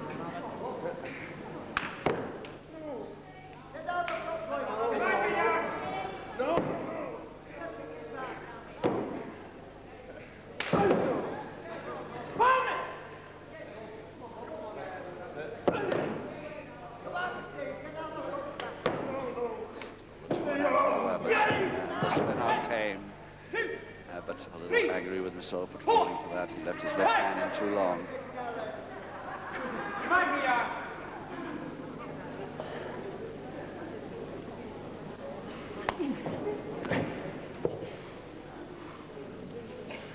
Couple of minutes to go in the third.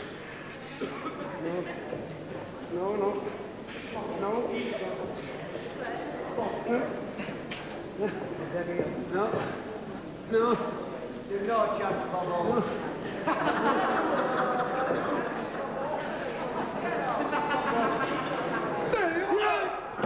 There's no real freestyle hold there from Abbott. That's how it's been all the way up to now. Will it stay just like that?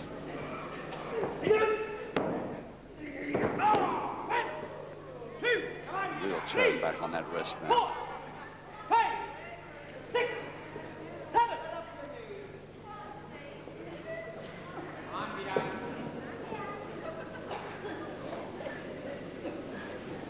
Agreeing to an interlock figure. 1 minute left. Vito switches arms quickly. Double-handed wrist leap. Goes for the arm lock.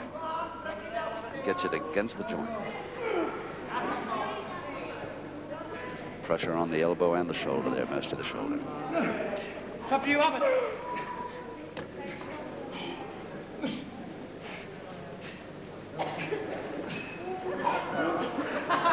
Curious counter attempt here from Bob Abbott, but it might work. Half a minute he's got to show us it can work. No, both of them deciding that they can get no further with that move at all.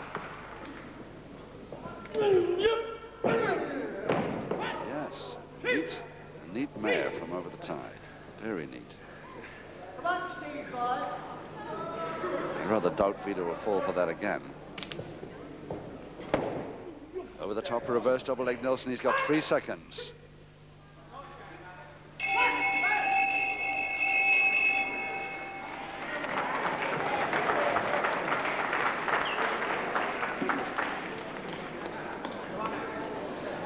It's the man who, from Nottingham, Bob Abbott, 15 stone 1, who was trained as an amateur 2 years at the same local club in Nottingham as Al Nicol.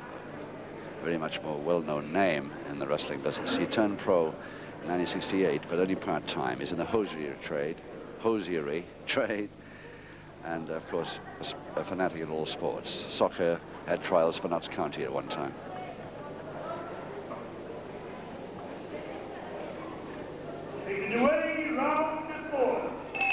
Round 4, 3 rounds to go. Still Vito in the light yellow trunks, leading Abbott. 1-0.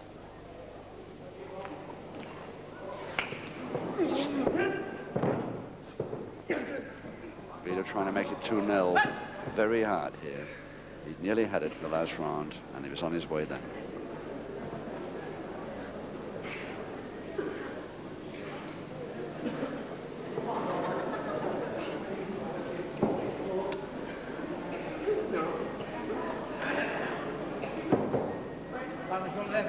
Abbott great with that arm lock move, with a follow-through cross press. Will it come off? No. Vito getting the shoulder blades off almost at will. And Abbott knows it. Flips up.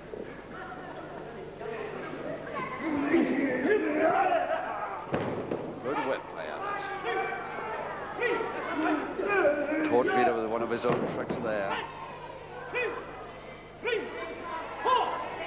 Abbott really coming in now. Oh, completely mistimed that, and not a very good landing either. Abbott's in trouble, I think, from that landing. Tell whether it's the arm or the leg, but Vito going in with the crutch hold and the slam. Surely he must. No. Maybe he was kidding us all. He was kidding Vito too, and it worked.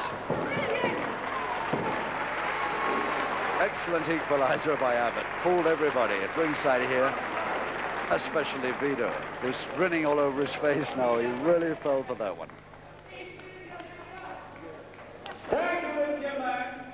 After 1.5 minutes of the ball round, a big ball with a flying cross-button press, and the equalizing ball to Bob Abbott. The old Mick McManus trick tried there by Bob Abbott, fooling his opponent and me, incidentally, at ringside here, that he was in trouble from that fall the way he landed, got up quickly and unexpectedly from it, and got Vito very easily following that move. 2 rounds to go, 1 fall each. Round 5. Vito will have to watch that now. He's still smiling from that, the way that he fell for that trick. A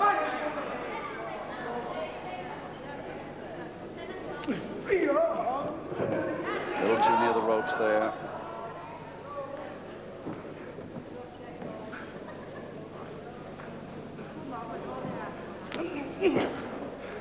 Full on grab it to Abbott. Turning it to a stranglehold from the front here. He's got a couple of neat ideas, this man Abbott. We'll see more of him.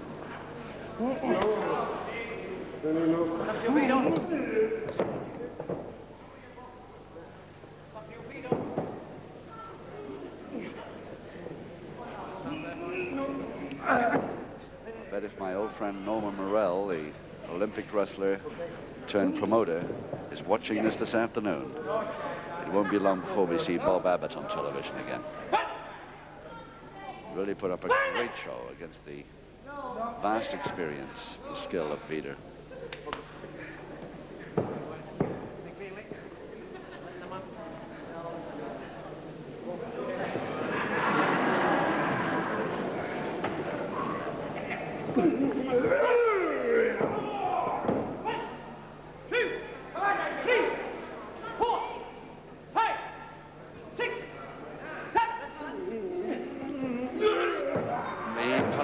Too much Vito, and he's in trouble. It could be the winner for Abbott. Double leg Nelson, but a folding press coming back from Vito. No, too late. Had the cartwheel out of trouble himself, but another one. Cross press from Abbott. And Abbott really causing Vito some trouble. He might even get the winner here. Holding a side headlock with his Vito over the side. This time he's got room. Side cross press. Beautiful folder. Oh, that could have gone either way. Bad luck. Either of them had to lose there. It had to be Bob Abbott. Vito the winner in round 5, just under 2 minutes gone, and his blockhouse. Beautiful box. Thank you, ladies and gentlemen. After 1 minute 56 seconds of round 5, a big ball to the rolling control press, and the winning ball to Steve Vito. Now, ladies and gentlemen, with all the video, this has been a wonderful wrestling contest. We claim the winner, confidently loser, Bob Abbott.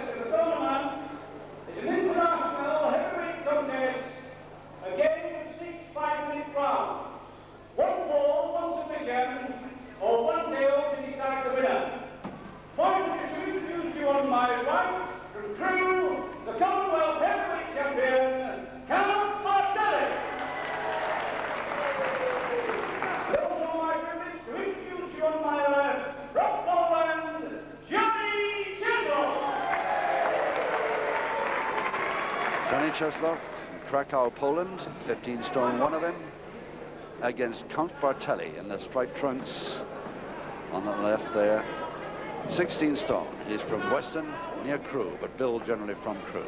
So this is a 6 5-minute round contest. One fall decides it. The first fall to decide. Ernest Baldwin, the ref, and the pep talk this time in front of Ernest Lofthouse, the MC, for some reason.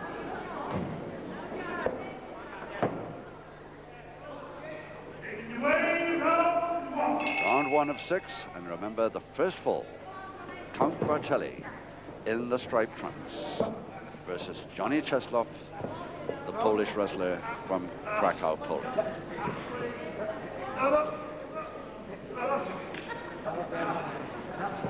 Sharp pair of new wrestling boots worn by Czesław there, which will help us identify if we can't see the trunks at any time. Never seen him wear those before.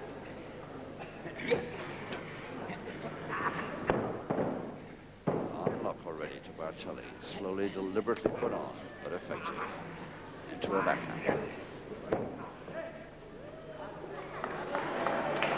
Czesław does a lot of escape moves and continues them just in case he's being followed. It's often worth it.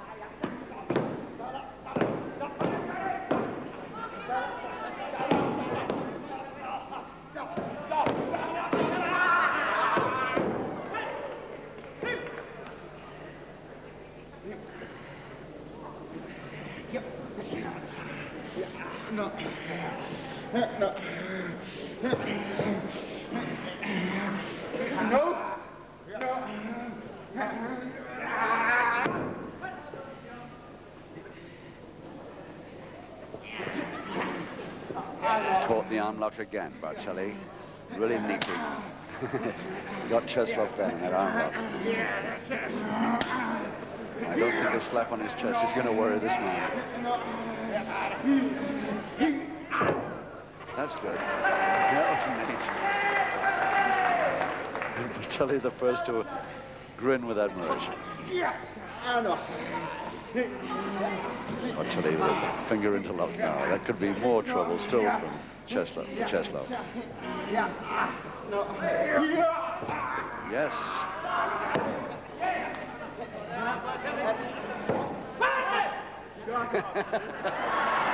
Well, he's got that lock on Bartelli's left leg. He's getting counted for lying too far back on the canvas. Shoulder blades were down.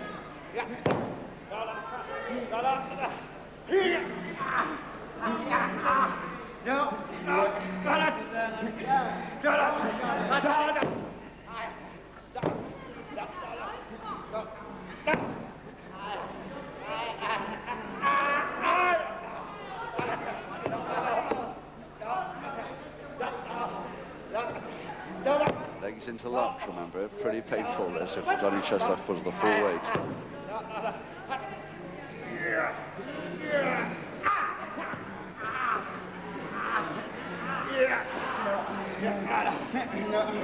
A couple of minutes to go in this first round.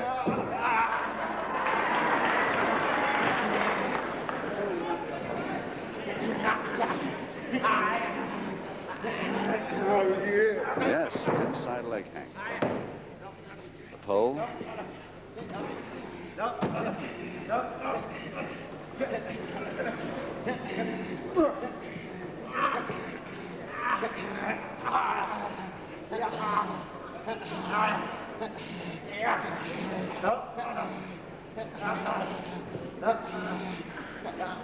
Crossed head scissors very seldom has much effect for long against a man of Bartelli's strength.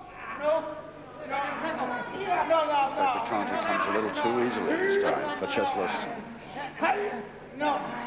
comfort.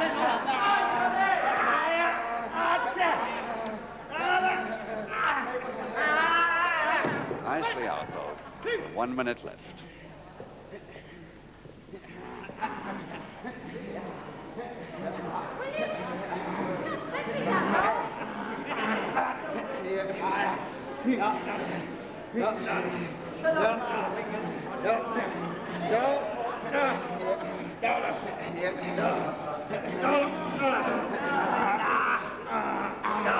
Half a minute left. And Bartelli, an easy counter to that for the side headlock.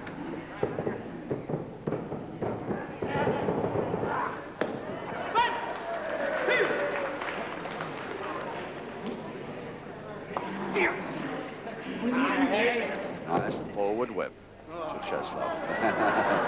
He likes it too. On the bell now.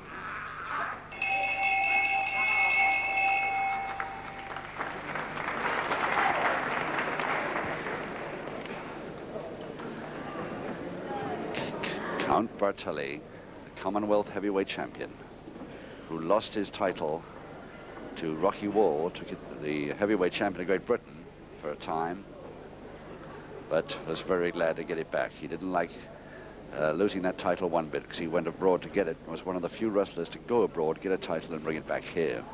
But he's got it now. Karate expert as well, this man.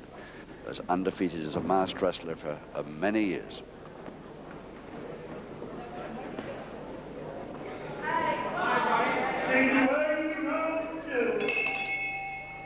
Round two, no score, of course, because this heavyweight bout is a one-fall contest. Johnny Cheslov back to canvas versus Count Bartelli, the striped trunks.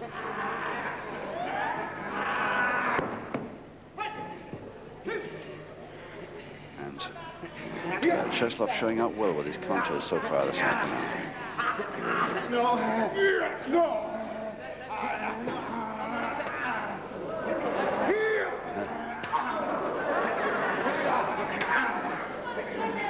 Bartelli chest getting redder and redder. If you have a color set, you'll notice it. Just from these slaps. Go on, try it, you say. No, I said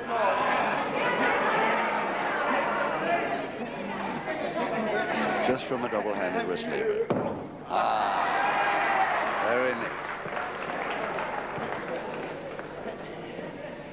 Nothing Johnny Cheslov likes better than to perform a neat counter move. He's done it a couple of times.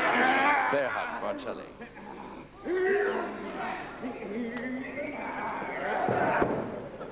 Very nice head mare counter.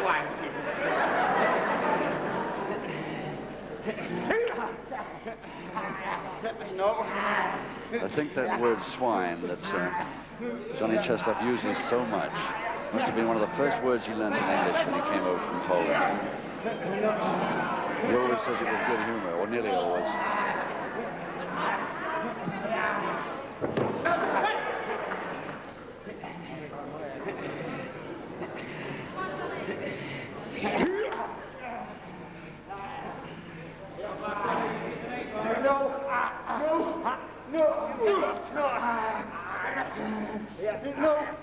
No, yes, no, yes, no.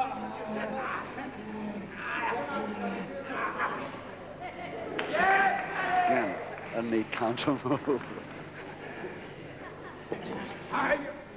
Reaching for a grapevine, gets it second time, Bartelli. Opposite arm lever, not so good. Now, trying hard to get it again. He's got it. But Cheslov has lost the grapevine.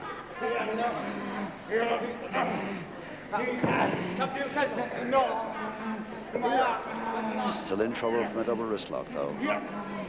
No.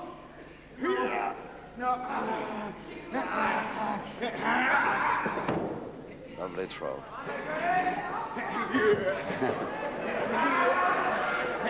Sense of humor showing again. He's got a great sense of humor outside the ring, too, Johnny Cheslov. Couple of minutes left, round two. Toe hold, Cheslov.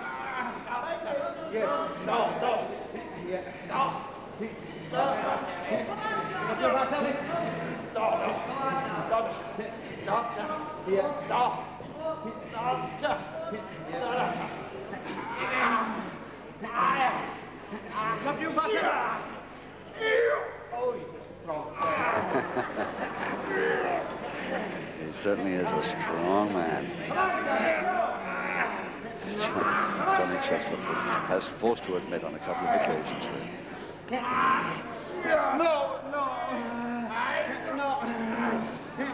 What you said? No.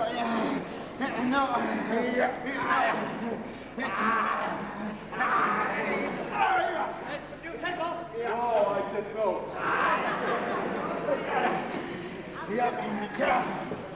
1 minute. Almost completed the left. No.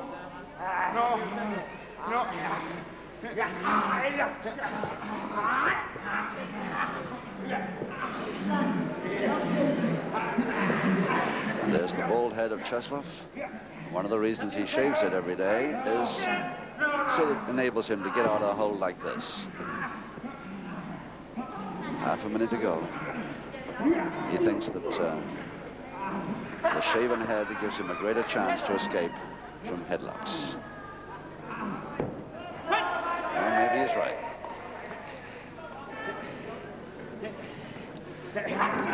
Ten seconds.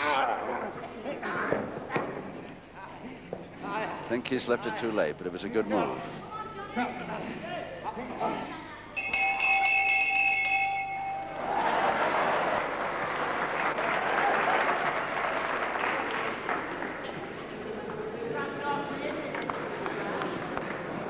Johnny Cheslov, who now lives in Bristol, speaks quite a few languages, including fluent Russian.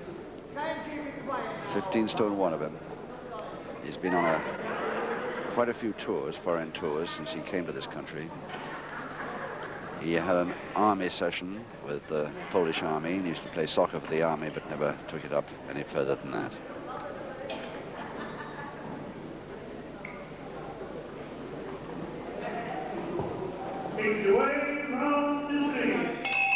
Round three, Johnny Cheslov, who declined an offer to tour the United States of America a couple of years ago, a bit more, but he declined it because he meant at least 8 months away from here. He didn't want to be forgotten in the British ranks. Perhaps he's right.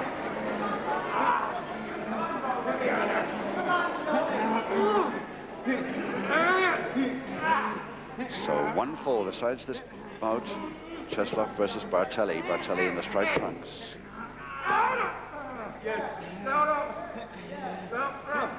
Up you, Bartelli.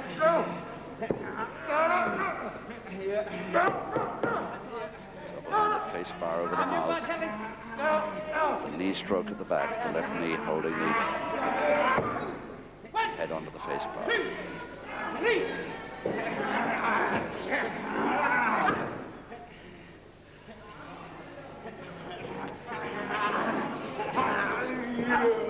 Ah, yes.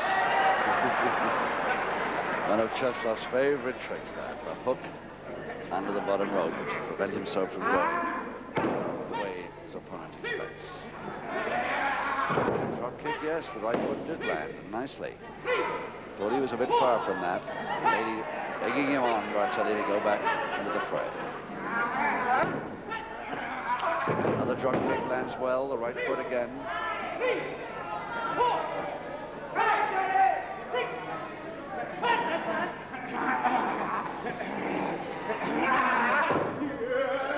This time, yes. And not a good landing on the ropes there for Cheslov. Not at all happy about that landing, and who would be? He's 8, 9, and I'm afraid he's not going to make it. He's not going to get up again. I'm afraid this is a technical knockout here. Winner Bartelli. Unfortunate finish, just under 2 minutes into round 3. Bartelli the winner, technical knockout. Ernest Lofthouse to announce. Thank you, gentlemen. After 1 minute 50 seconds of round 3, Johnny Cheslov able to beat the count. A very unfortunate loser, the winner, Count Bartelli. And before you open, gentlemen, a hand for the loser, Johnny Cheslov. Thank you, Ernest Lofthouse, and with that win for Count Bartelli over Johnny Cheslov, unfortunate though it was for his opponent Cheslov, it's goodbye from all of us here at Bradford. We hope you've enjoyed this program. Have a good week. Till next week.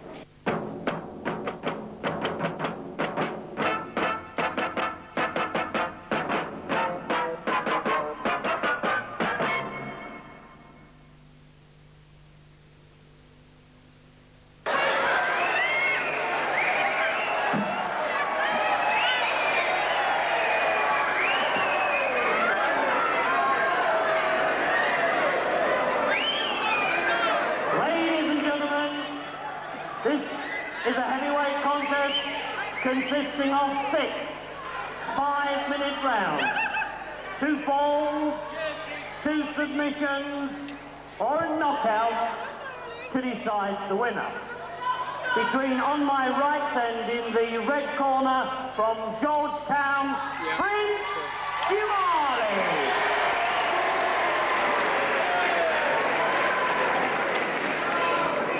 His opponent on my left and in the blue corner, presented by his manager, Gorgeous George. Ladies and gentlemen, Kendo Nagasaki. So here it is, the main bout of the afternoon. Kendo Nagasaki versus Prince Kumali. Yes, Nagasaki. Oh, George Gillette's going ahead with the microphone.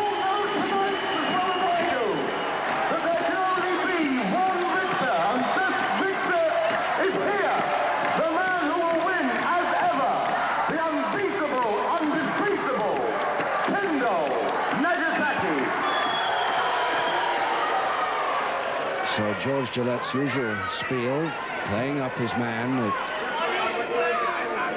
Here he manages. Kendo Nagasaki. Now let's see what ritual, what part of the ritual that Nagasaki goes through this afternoon. Will he do the sword bit? Will he throw the salt into the corners? Or will, like last time he was on television, just get ahead with round 1?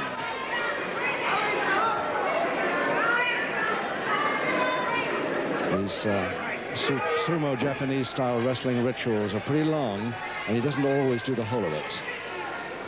In the meantime, Prince Kumali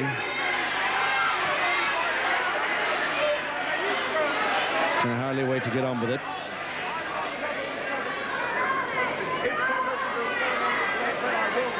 Here's the salt.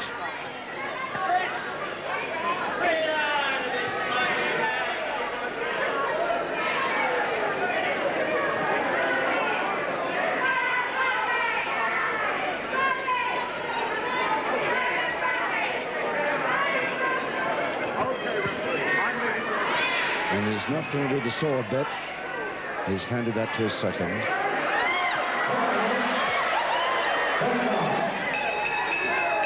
So here we go, finally, with round 1. 6 5-minute rounds, 2 falls, 2 submissions, or a knockout. Gordon Kumali, Prince Kumali, a little bit anxious to get ahead with this, really coming out with full action right from the start. You better be careful with this very powerful Nagasaki, though. He's only a couple of pounds heavier, 16 stone 9 to 16 stone 7.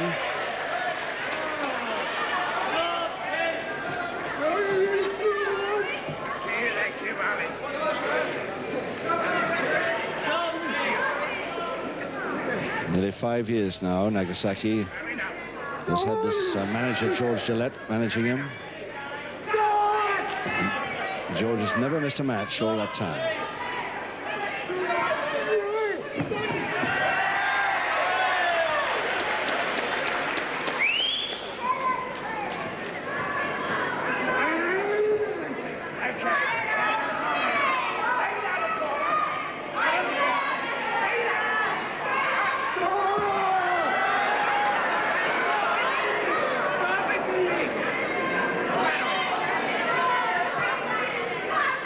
Kumali thinking on the lines of a headbutt already to the forehead.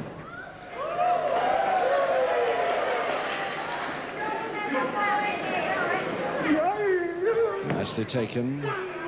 Straightforward folding press, not quite come off.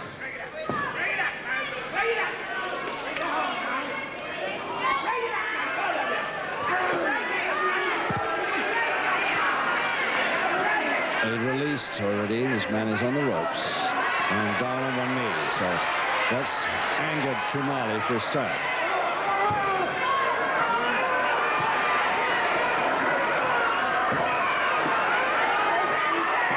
Kumali trying to catch that head and tee it up for the butt.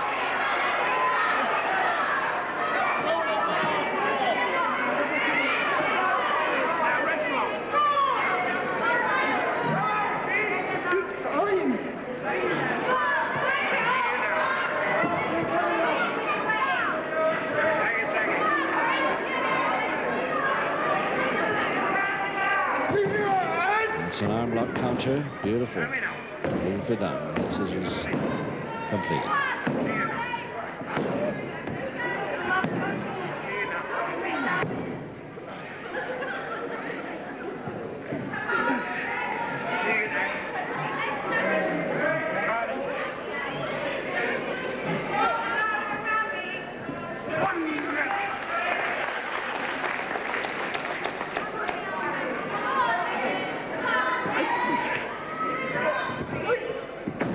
Roll, couple of minutes to go in the first round of 6.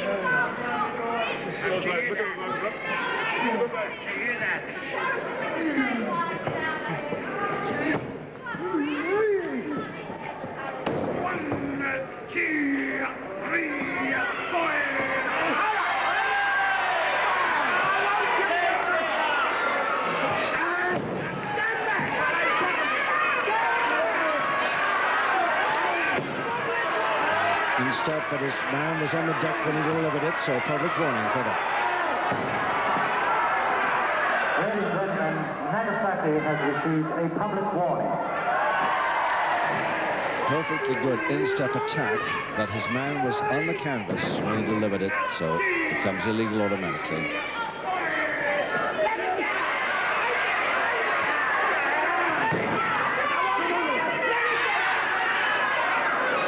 Just a minute left.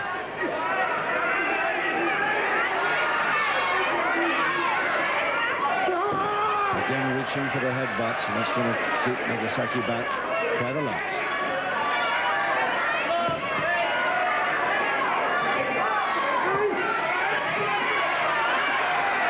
Really trying to tee that Nagasaki head up for a butt, Kumali.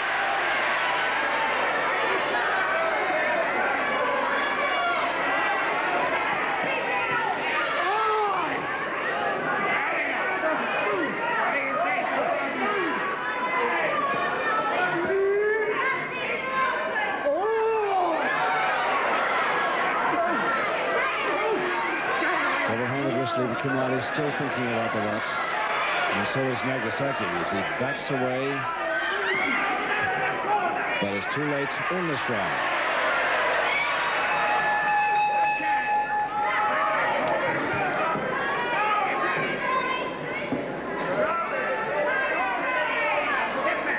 So a close-up look at Prince Kumali from Guyana. He's just returned to his hometown, Georgetown, Guyana, very recently. In fact, that's why he's been off the small screens in this country for so long. He's been had quite a tour. Japan, Hong Kong, Libya, and Nigeria, as well as back home for 2 or 3 weeks in Guyana. Amateur heavyweight champion for 5 years before turning pro, this man.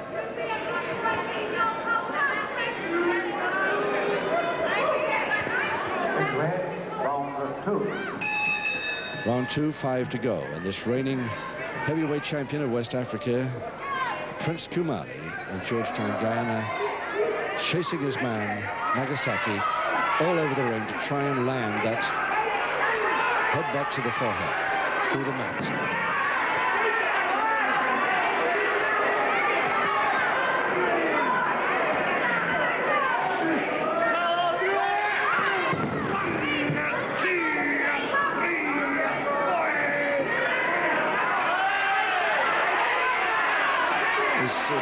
Tackling his man again before he's up. In fact, he was right down on the canvas then, as you saw. Now he thinks he's got a chance, and again a little bit early, but referee Max Ward allows that one. And the body over the breathing apparatus.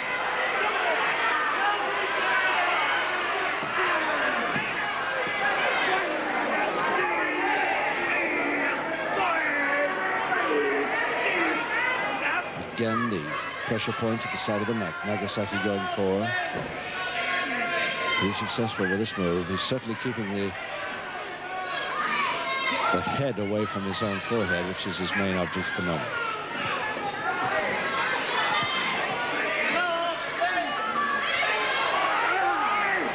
But not for long. Ooh, I don't know if you heard that click at home, but it was tremendously powerful ringside here.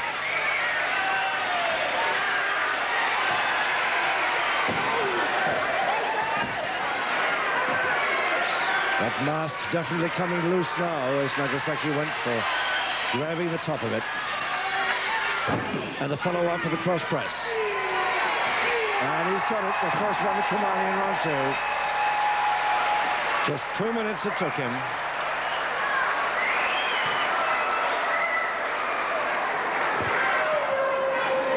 Ladies and gentlemen, in round 2, the first fall to Prince Khumali. And not always so terribly popular with the crowd here at Croydon, but this afternoon, very much so, simply because he's taking on Nagasaki, and they would all love to see Nagasaki defeated and unmasked once again. 4 rounds to go, any second the bell to start the third. Second away, round 3. He's not even in his corner, but he's got to go.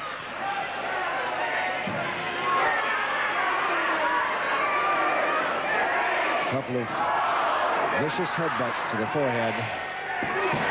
And that one hurt.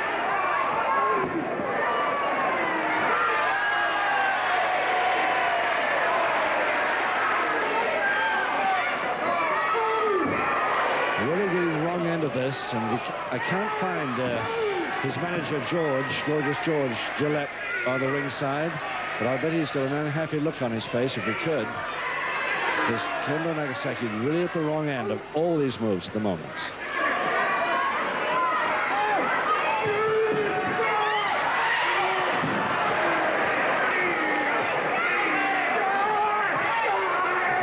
The flyer that maybe will get his man over.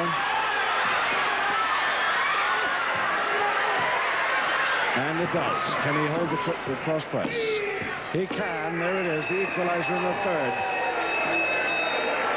Just over 1 minute it took him.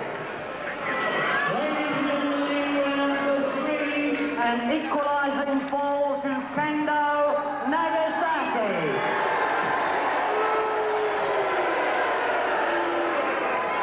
So just 3 seconds over the minute. Nagasaki getting that equalizer. And Khumali. I don't know what Nagasaki is beefing about with the referee then, but it's something. He's sending him back to his corner. We've got 3 rounds to go, and Nagasaki coming right across to run the bell. But a little bit too early, and on the ropes anyway. 1 fall each now. And a public warning again for Nagasaki for that kick, that back kick. Ladies and gentlemen, the referee has given his second and final public warning to Nagasaki.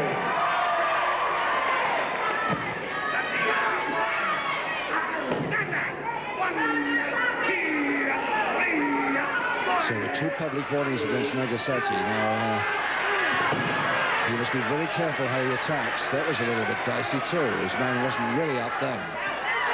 Now he is. Flying tackle again. This is how he won the last fall, the equalizer. Can he get Khumali over once more?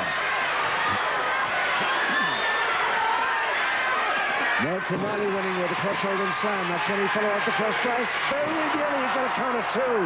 And the crowd went mad then as they all stood up, thinking that this is the moment when Nagasaki is finally defeated on television. Khumali coming in with more butts.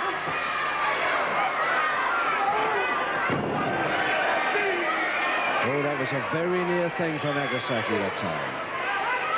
A count of 2 on the winning fall, or what would have been the winning fall. Nice switch by Nagasaki. Now, can he get the flyer? Oh, the knee came up just right. That could very nasty. That right knee came up dead on the jaw, and it's count out, I'm afraid. Yes, Khumali won't get up to fight again in this bout. But perfectly legal, the actual finish, although he had 2 public warnings against him. Nagasaki the winner by a knockout in 1 minute, 45 seconds of round 4. Ladies and gentlemen, Prince Khumali having failed to beat the count. The winner, Kendo Nagasaki.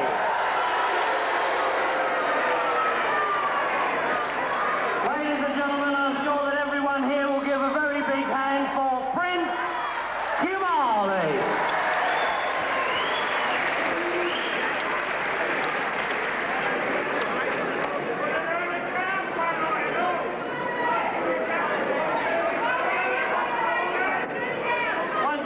ladies and gentlemen, as he leaves the ring, Prince...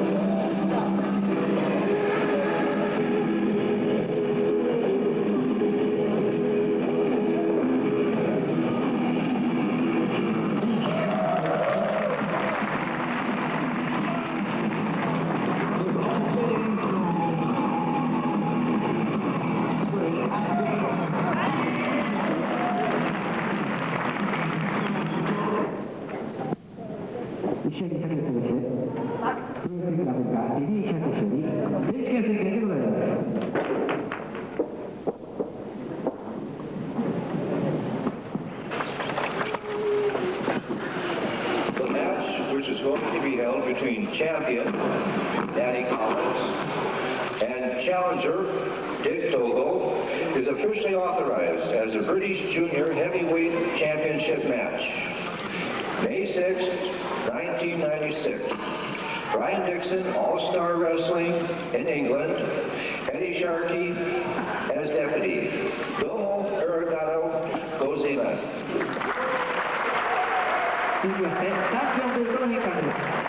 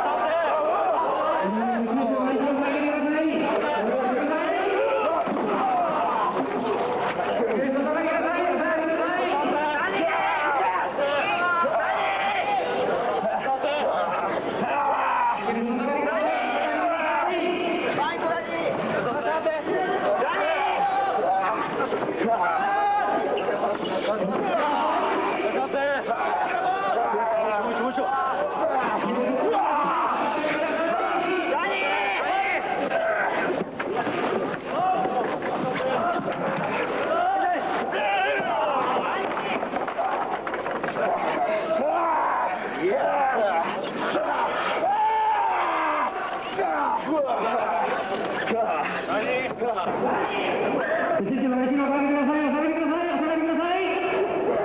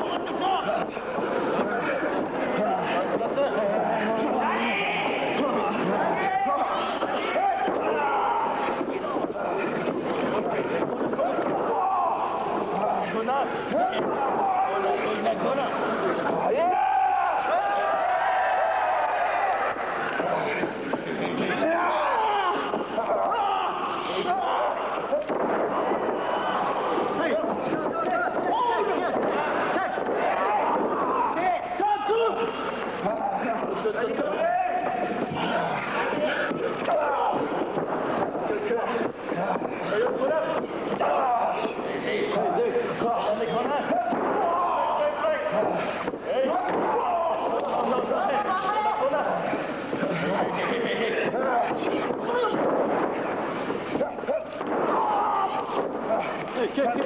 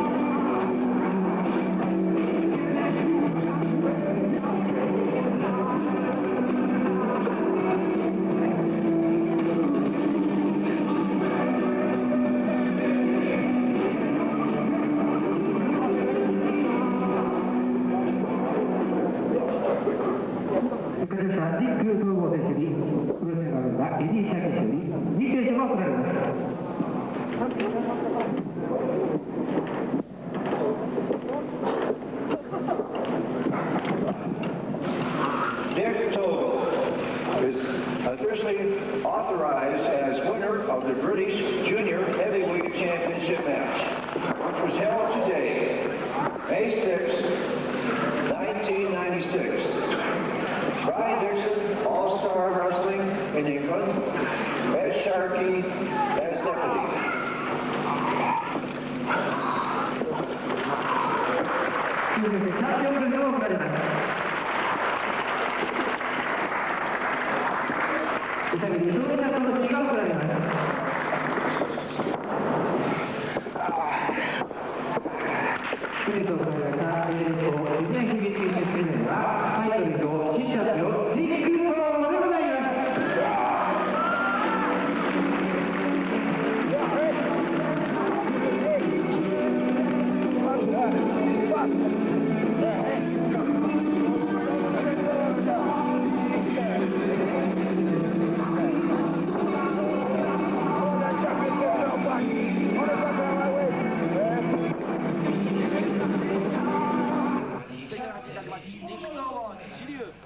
ダニー・コリンズ対グランハマダ、スペルテルフィン、スペルアストラ、アレクサンダー・大塚、清水さん、8人タッグ、これメンバー見てどうですか、清水さん、注目の選手なんか挙げていただけますと。そうですね、やっぱりこの海援隊の3人とですね、はい、それからアストロですね。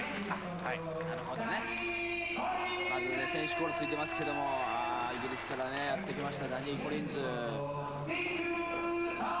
トム選手、もうトム選手はほらもうね、6人タッグと8人タッグ、オランプレイヤーですからね、得意だと思いますが、もうちょっとパートナーがやっぱりね、シリュウ選手いますんで、海援隊デラックス1人がいるんで、ね。あ、そうでしたっけ。失礼しました。そうでしたっけ。勉強しなさい。再認識しましたよ。ということで、シリュウ選手、やっぱりシリュウ選手、アストロがちょっと入ってると、空中散歩盗んでやろうかなって思っちゃいます。パ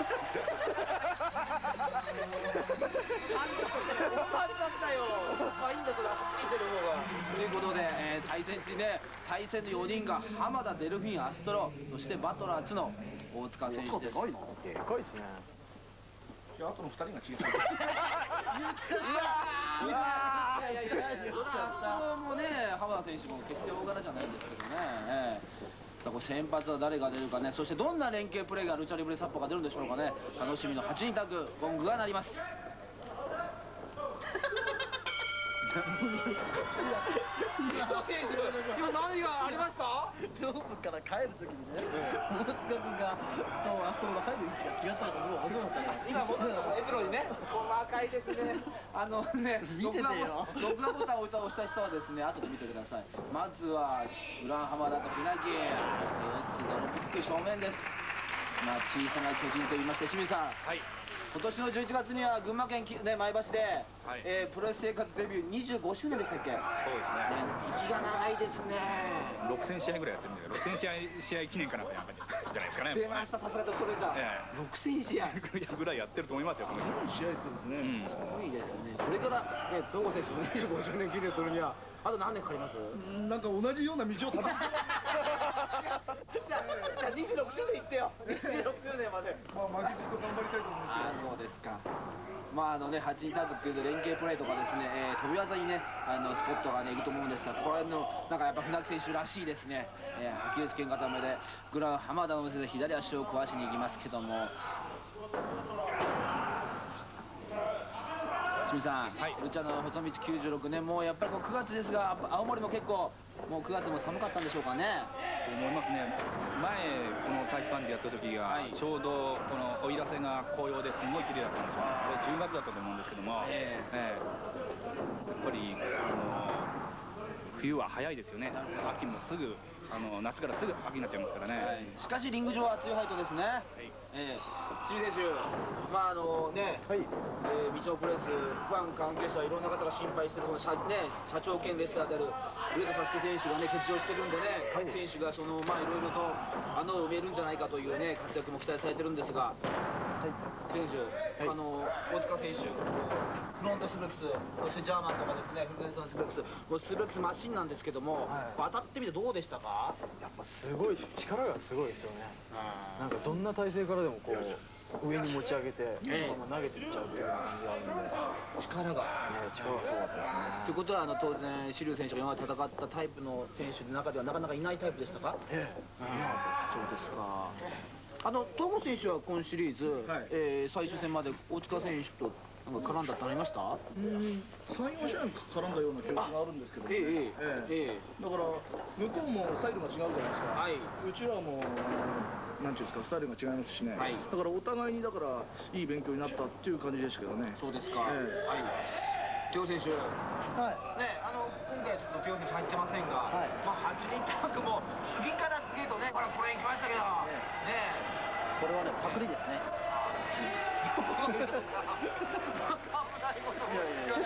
言わないですよ。東郷選手、リーダー東郷選手なんでしょうかね、この4人の中では。そういうことになってますね。得意のイングリッシュでこうコミュニケーションが話したんでしょうか。得意なことになってますね。Thank you。ニコリンズっていつヒール転向したんですかね。彼からうち組んでくれと英語で言ってきたんですか。そうですか。前回バターナイフで刺したんですよね。その件もあって組んでくれって。そうですか。ぜひ組んでくれって。ニコリンズとこの海援隊のね、すごいですけども、道のくならではですよね。ちょっとここでね、アレクサンダー大塚が捕まってますが、先ほどね、連携プレーなんていうのも、やっぱりアイコンタクトが長すぎる技じゃないかと思いますが、チョップを叩き込んで、そう、ニコリンズ立ちましたね。もういい、さすがリーダーですよね、タイミングがいい。通過ですからね。下から突き上げるパンチから右スタンプを落としてカバーの体勢。カウント2。清水さん、今の押さえてる時もその左肘なんかをね、顔面に当ててるところがランカシャースタイルですからね。この選手ね、84、5年に頭角を現してきて、イギリスの新人王とか、になりましてですね、ミッドヘビー級とかのチャンピオンになったり、当時から、有望視された選手ですよね。ちょっとベテランっぽくなってしまいましたけども、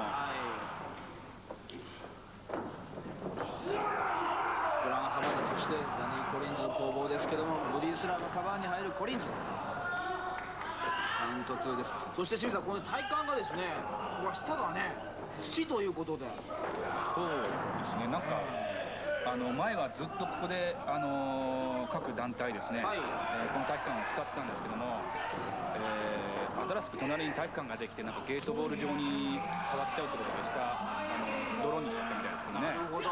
そして、アストル1のね、不安のお待たせしました DDT エルボードロップ。この体育館でね、ちょっと逸話がありましてですね、新日本プロレスがですね、北尾浩二と、一緒にやってる時ですね、この体育館に来るはずだった北尾浩二が来なくて、長州と喧嘩したという初めての体育館で、この体育館で切れてしまったということですね。うわー、医学的な体育館ですね。試合ですけども、ハギンの隕石弾、エンプレスだから飛来したアストロとディック統合の絡み、アストロシザーズ炸裂場外に落ちた統合にアストロ、フェイントですけども、東郷選手、ユニバーサルからですね、日本マート以降初来日で数えて6年ですが、なかなかまだベテランの域に達しましたが、動きは良かったでしょうか。動きはもう当然いいことは分かってたんですけどもね、何しろ4人タッグ、6人タッグが、4人タッグで8人タッグ、こういうのがやっぱ、彼も得意ですからね、だからシングルマッチよりこういう試合の方が見てて面白いと思うんですよね、お客さんもね。ニッコでもね、遠いですからね。そうですね。デルフィンポーズ、デルフィンカフネギ、デルフィンもね、サスケと組んだりですね、いろいろこの道のマットもですね、この半年間ね、皆さんオンエアできなかった分だけですね、ちょっと勢力分布が変わったんですが、それにしても、テオ選手、テオ選手、今何に新しい技ですね、桐生選手。素晴らしい、もう一品。テオ選手、本当にですね、サスケ、そしてデルフィンが組んでもね、カレンダーデラックスはね、負けないよというのはね、かなりこのね質だけ掴んだね不安をね認めた部分とあると思うんですが、もう怖いもんないんじゃないですか今。どうでしょう。怖いもんがないんですね、真面目にね。ないですか。うちの団体にはいないでしょう。断言しましたけども、まあ、清水さん、断言するだけの実績を残してますよね。そうですね。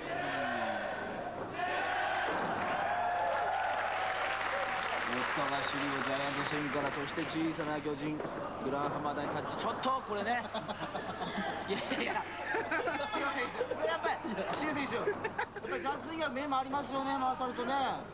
数えたんですよいや、それはどの団体でも回して数えるでしょ。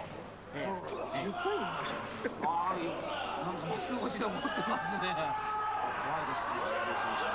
おお、そしてこの小馬もユニバーサルのね、6年前からよ。おーっといきましたから、おー、ディクトが来いとばかり。おい、ペイントから円髄。どこ選手、手が発しましたね。これは新しいのがあるんでしょうか。これは昔からある円髄切りですね。違う違う、そういう意味じゃなくて、円髄切りじゃなくて、また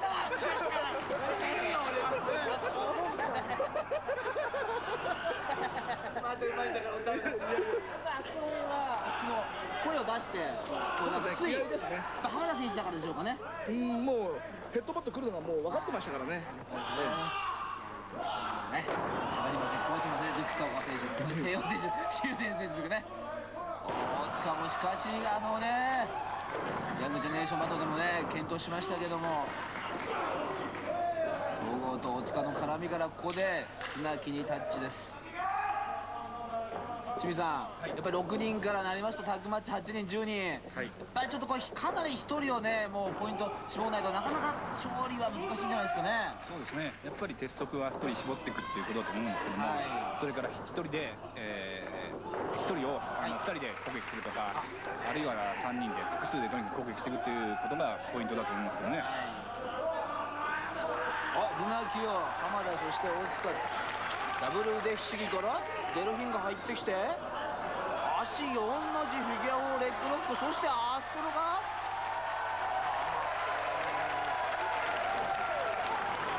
カメラマンがね喜んだかもしれませんが、これ東郷選手怒ってきました。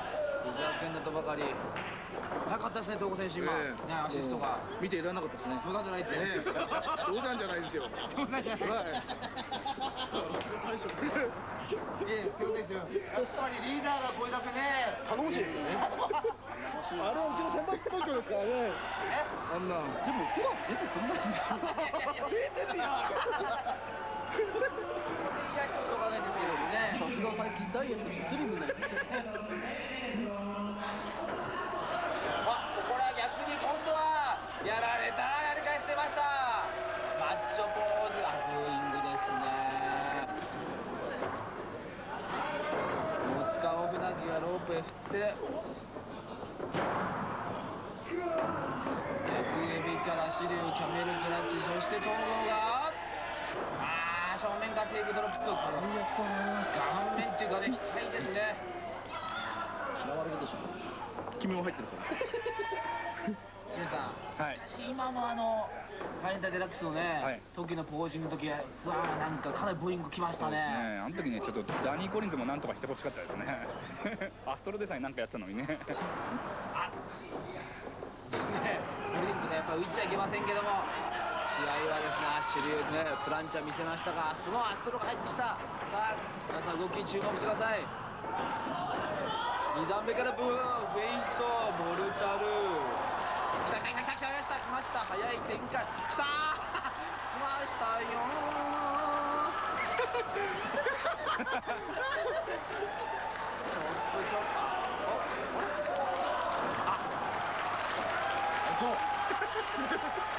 そうですよ。はい。やられましたね、ヒアゲチョップ。これ昔自分がやったんですけどね。今となっては。ね、これさ、ね、攻める方はいいけど、ね、やられて自分情けなくありません？ちょっと悲しいです。情けないですけどね。しかし清水さん、このパターン懐かしいですね。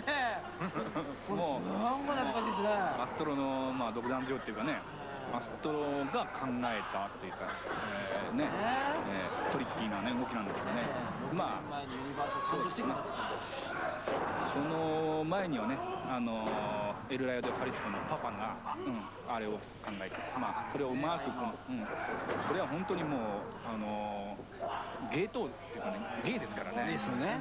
普通の人になかなか真似できないですよね。それはそれを忠実にね、コピーしましたね。しかしそのアストロに対して、東郷周船木コリンズ、おっと東郷がアストロのマスクの紐をマスカー出すのに行き来してますね。ディック東郷、危ない、これはアストロの。見たくない。これはやめてほしい、僕は個人的にやめてほしい。国民栄誉賞を取った人に似てますよね。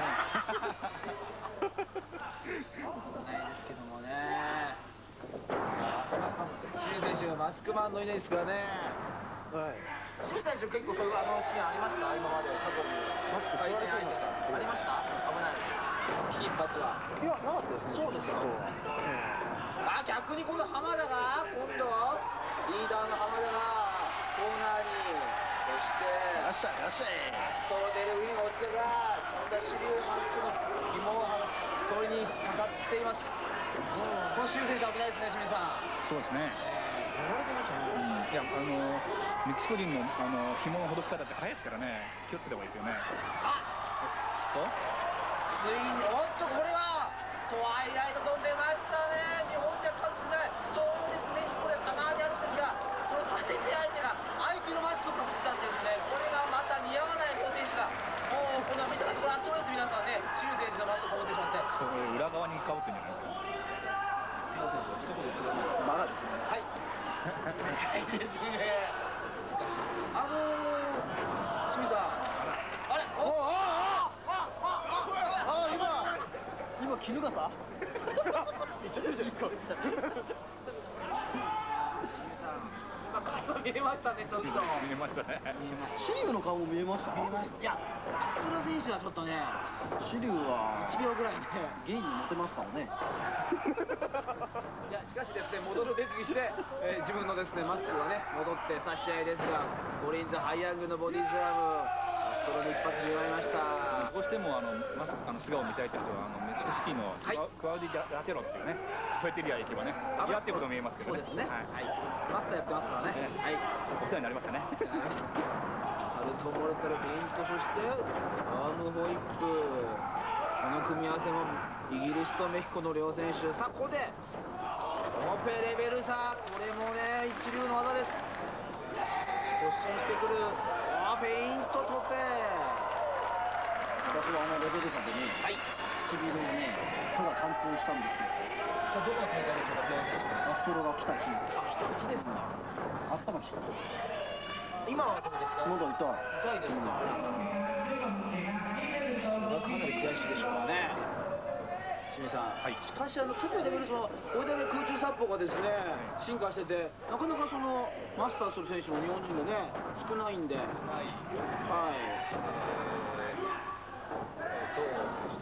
はい、ライガー、それからウルティモドラゴン、そのぐらいがたまに使うぐらいで、結構使い手は少ないですね。でもあれだけ体がきれいに剃れるのは、アストロと、東郷だけと。2人だけですか？違うかな。東郷選手、ドクトル・ウッサからお褒めの言葉がぶっちょんです。試合ですけれども、フィッシャーマンバスター叩きつけるシリュウカバーの体勢ですが、浜田がツイストに入りましたが、やはりね、アストロクッサップはですね、やっぱり一見の価値があるなという感じもしますけども、しかし8人タッグですから、東郷選手、でチャンスが来るんですけど、なかなかやっぱりね、そのままいかないところが難しいところですね。カットに入ってしますからね。だからなかなか持っていけないですよね。そうですね。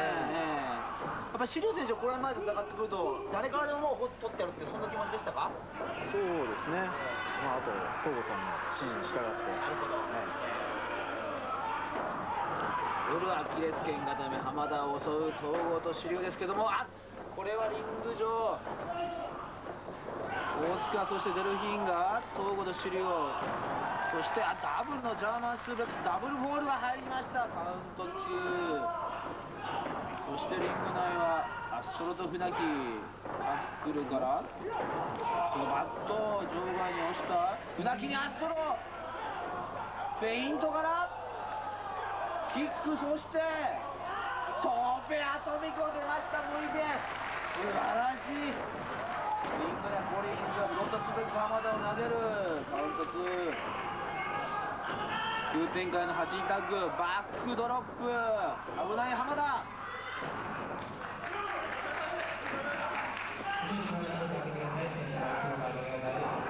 そして担ぎ上げるが、フェイントからの逆にジャンプしての独特な浜田バックドロップ。コーナーへ2段目据えて浜田何を出すんでしょうか。なだれ式のフランケンシュタイナー、大きく描いてコリンズ、危ない。シリューがアシストです。そして今度はデルフィンがシリューをスクールボーイ、カウントはクレモツ。シリューさん、激しい攻防、目が離せませんね。目まぐるしいですね。はい。そしてデルフィン、パンチ一発得意のフィニッシュパターン、スイング DDT を炸裂。不安にアピールして、さあもう皆さんご存知でしょう、デルフィンクラッチの大勢、ビッカーはいいアシスト、素晴らしいネタをです今のね。自分でって言いましたね。かわいかったですよ。そしてこの主流の、うまい運動神経のね即地ですね。そしてドロップから空中サポート、トーペイゴンヒロ、これも無意味です。しかしこれね、場外がつってるのは日本人なかなかね少ないと思うんですけども、総合が大塚を攻めようとしたが、フロントスープレックスで返す。アレキサンダー大塚バトラッツ、ダブルアームスープレックス、人間飛車、カウントが入る。カウント2、後ろ行ったスペシャル8人タッグ、フィッシャーマンバスター、スープレックスマシンの大塚前線検討してます。そしてバックへ回ってフルネルソンスープレックスに行こうとするが、シリューがナイスカットに入ってきた。しかし今度はシリューにもフルネルソンスープレックスを見守ろうとしているが、急所打ち、大乱戦のスペシャル8人タッグマッチです。トロパワーボム、そしてこれはもうトロゴ選手のね、不安の皆さんご存知でしょう、トップロックからのダイビング転倒、炸裂、カバーに入る。素晴らしい。カウント3、19分55秒。ネクト後アレキサンダーを使わしていました。特選手おめでとうございます。だからちょっとフルネルソンスープレックスとかね、フィントとかいろいろありました。普段やっぱ食らわない技ですからね、やっぱ一発一発が効きましたね。少し自力ありますね、サッカーリーダー。まあシリューのうまいカットもあってね。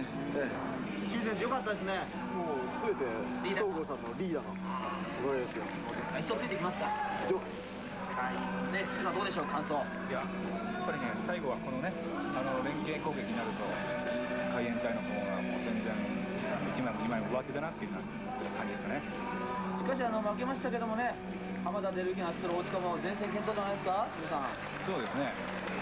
浜田、アストロ組っていうのは久しぶりだったっていうのもあるんですけども、大塚選手本当に頑張りますよね。はい、ステージ8人タッグ好勝負を展開しましたが、ディクトーゴ最後大塚を抑えました。この後は CM をご覧いただきます。今日は友達と遊びに行かへんのか？今日は父さんと遊ぶんや。うまいな、あれ。主人の好きなカレーがあります。大きめ野菜のハウスカリー工房。ボール持ったよ、ボール。君、でっかいじゃがいもや。僕の勝ちや。父さんのがでかかったもん。主人の好きなカレーがあります。大きめ野菜のハウスカリー工房。デミ、この人参。フランクリン・ミントが生命の試練を提供。バッテンボローの解説で送る BBC のネイチャービデオシリーズ全12巻。狩りのスリル、誕生の奇跡、エキサイティングな野生動物の姿。第1巻の狩りと闘争がスタート特別価格わずか950円。第2巻以降は毎月2950円。きっとご満足いただけます。お申し込みは 0120-755-777 今すぐお電話で。続いて UWA 世界ミドル級王座決定戦、決勝に駒を進めたのはタイガーマスクとメンズ帝王です。まずは試合前のセレモニー、清水さん、まあこの UWA 世界ミドル級王座決定リーグ戦、この両選手がですね決勝に駒を進めましたが、予想どうでした、清水さん。予想はですね、この2人ではなくてですね、僕はアストロ対ヒューだと思ってます。まずはもろ外れましたね。両選手コールです。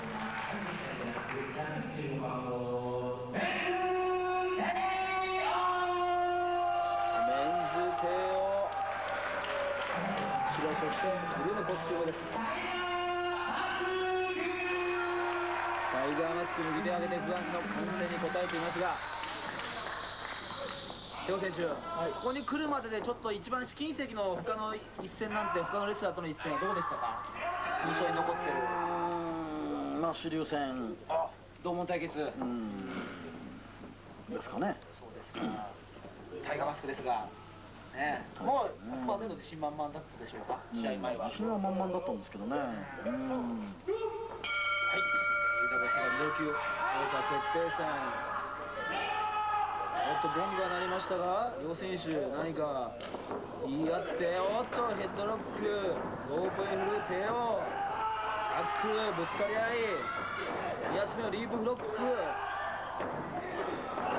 投手をホイップして返す、フロントキックを奪って両選手スピーディーな攻防です。バックでまたタイガースープスに寝ようとするが防いで、まあ両選手ともその清水さん、データは頭にバッチリ入ってますんで。そうですね。私は僕はね、やっぱりね、ここにねスタジオにですね帝王選手とシリュウ選手がいて申し訳ないですが、アストロが来るんじゃないかなと。アストロとですね、私はアストロ対帝王、もしくはアストロ対ですねシリュウになると思ったんですが、シリュウ選手決勝に駒を進めなかったシリュウ選手、やはり悔しさはいっぱいあると思いますが、振り返りましてどうですか。最初にね、僕は2敗しちゃったんですよ。あ、そう。でもうダメだなって2敗と痛いでしょ。2敗するとちょっと決勝までね。そうですか。まあ当然そのカエタ・デラックスもね、同志ですから、当然メンズ帝王選手がベルトを巻くと、試合前は。そうですね。東郷選手、ね、東郷選手もルチャーには精通してます。プロレスもね、いっぱいね、勉強してトレーニングしてますが、まあ帝王選手は難なくひねり潰すんじゃないかなという試合前の予想はどうだったでしょうか。僕としてはね、やっぱ同門対決で最後シリュウと帝王がね、上がってきてほしかったんですけども、結局最後はまあタイガー対帝王になったんで、なんか手を出して帝王に勝たせようかなと思ったんですけど、まあ自力で勝てるかなと思ったんですよ。それは申し訳ない。それがね、リーダーはね、コロッと負けちゃったんだね。私も。では。まあでも特別べきは清水さん、タイガーマスクがね、ここまで全勝でね、決勝に駒を進めたっていうのは、ちょっとやっぱりこれは均等光ってるんじゃないかと思うんですが、開幕戦でね、開幕戦で、この公式戦で帝王に負けてますよね。それ以降はずっと全勝ですけどね。勝利でした。それはまあ清水さん、ね、ジュニアのトーナメントもですね、サスケ選手ね、8冠 J クラウン、今保持してますが、この10月のですね、5日現在で、ここでまた一つですね、道のりのね、リングにですね、UWA 世界ミドルがね、まあ両選手どちら勝っても、一つの中にベルトが一つ増えますんで。そうですね。それはどうでしょうか。ベルトがあるってことはいいことだと思うんですけども、これをうまくこれからね生かしていけるような方法をやっぱりね、権威を高めてもらうような方へ持ってってほしいなって気がしますけどね。海援隊デラックスはですね、弓をですね、サスケからそしてデルフィンに引いて、もう道のプロレスをですね、乗ってる勢いなんですが、ここでやはりメンズ帝王がですね、この UWA のミドルをベルトを巻いて、やっぱり東郷選手加速したいですね、海援隊デラックスね。かなりタイガーマスクもその怪我がね心配されておりますんで、ここら辺もね帝王選手も当然ね足をね攻めに出ると思うんですけども、場外に落としてタイガーとおー、トッペ今のね、なだれ式の2位クラスターですか、あれこの間の仙台大会なんかでも出したりなんかして、相当、ダメージをね、与えてるんですけど、タイガーも考えてますね。そうですね。逆に切り返していくところとかね。あそこでちょっと一発食いますと、清水さん、ちょっとこれ厳しいですよね。そうですね。あと、あの時はパンチをね、唇にぶち込みましたね。今アストロ戦で切れたね、口をまた切ったんですよ。反則なんですよ、だからあいつは。根本的に。私は悪いことやってないでしょ。そう言われりゃそうですけどね。まあ、プロレスね、カウント5まで反則が多くね、許されるっていうのもありますので、なんとも言えないですけども、ただ、やっぱりね、アストロ戦を見て、タイガーもですね、唇を狙ったっていうこともね、考えられると思うんですが、まあ、清水さん、それだけ帝王選手は負けたくないというタイガーマスクの一番あるんじゃないですか。そうですね、タイガーマスクよく考えてますよね。ミラクルエクスタシーでしたっけ。怖い名前ですね、これはちょっと。帝王の新しいね、このシリーズから出した喉落としの技ですね、かなりのパワーを込む合体技なんですけども、それも試合の初っ端にそれに近い技を出そうとしたところをうまくカットしましたよね。そういうところね、一度やられたこととか、ちゃんと他の試合で見てることとかね、そういうのをよく頭の中に入れて消化できてるということはね、タイガーマスクすごいなと思いますけどね。なるほど。さあ、手をあとブロン腰から大きなモーションにクラッシャー、左膝を壊しにいきますが、これがまた、先ほども言いましたがね、ここは体育館土なんで珍しいシーンですが、ここら辺でテオ選手、そろそろもう楽な展開に行くのはあるって感じだったでしょうか。どうでしょう。そうですね、まず基本的に足をね、揺さぶって、それで決着がつけばそれでよし、ダメならダメで、ミラクルエクスタシー、ディック・トーゴ選手が命名してくれたわけですけどね、そのミラクルエクスタシーを出せばね、間違いなく勝てるというのはね、あったんですけどね。ですけどね、テオ選手多いから、そのレパートリーも多いし、少しね。リーダーがね、僕はもう一つの名前の方を勧めたんですけどね。ぜひファンの皆さんにお願いします。言えるでしょ。言える範囲ですね。いいわけ言わせて大丈夫です。よかったよかった。トロピカルバード。違ったっけ？いや、それも一つなんですよ。トロピカルバードのウクライナメモリーってのもある。ウクライナ。全部あとけどパルダリス55ってのもある。あとコンビニでエクスキューズみたいな。これ以上言わない方がいいかもしれない。あの技は一応剣の顔を持つ技なんですけどね。毎回違うんですよ。名前が決まんなくて、この技を初公開した時に控え室帰ってきたら、東郷選手が「おめでとう、ミラクルエクスタシーすごかったね」っていきなり言われて、それで決まっちゃったんだ。何ですかそれって言ったら最後の技って言われて、もう僕の知らない間にね、勝手に技が決まったんですよ、これ。その東郷選手はセコンドついてますが、あとタイガー足殺しから逆にフィギュア4レッグロック、足には足で攻め返します。これは帝王選手も悲鳴を上げてますけれどもね、クズサックを得意とするタイガーマスク、やはり清水さん、これ短期決戦、あんまり長時間ファイトすると足がちょっと激痛に襲われるんじゃないかっていうのもあると思うんですが、もう人体がね、ほとんど切れているような状態ですから、サスケ選手と同じようなもう状況ですよね。本当だったら手術をしなくてならなくて、リハビリでやっぱり1年近くかかるはずなんですけども、今サスケ選手が休んでるんで、どうしてもこれ抜けられないっていう、シリーズ抜けられないっていうことで頑張ってる、なんか来そうな感じがしますよね。そうですか。帝王選手ね、イテオサードロープ、ちょっと苦悶の表情ですが、タイが離さない。1秒でもね、自分のね攻撃を続けたいという気持ちでしょうか。満身創痍と言っていいねタイガーですけども、バックへ回ってジャーマンスープレックスホールド、カバー1つ。帝王選手は体ね、コンディション的には悪いとこありますか？最悪ですよ、このシリーズなんて。でしょう。実際問題ね、夏のシリーズが終わって、その後にね、扁桃腺周囲炎っていうのにかかっちゃって、扁桃腺のもう一ランク上らしいんですけどね。でも体重が5キロ落ちたんですよ。これはね、違反でしたね。5キロも？そうだね。ただ僕はね、タイガーマスクみたいに、あそこが痛い、ここが痛いってね、マスコミに行って同情に買うのが嫌だから、あまり言わないんだけど、うちにも言ってたけどね。マスコミがね、取材に来なかっただけなんだけど。あと、よ、タイガーマスクのマスクを強引に、フロントね、正面からですね、悪いことすんな。もう気がつかね、っていうのはね、東郷選手、大体みんな持ってますよね。持ってるよ。ない人いないでしょ。東郷選手だって今シリーズ、脇腹は骨折してる。骨折はしてないんだけど。脇腹を肉離れっぽいのをやったんですね。ぽいやつ。肉離れに近い。そんな肉離れしてないんですけど。だからね、だから僕が怪我したとか言ってもね、全然信じてくんないんですよ、みんな。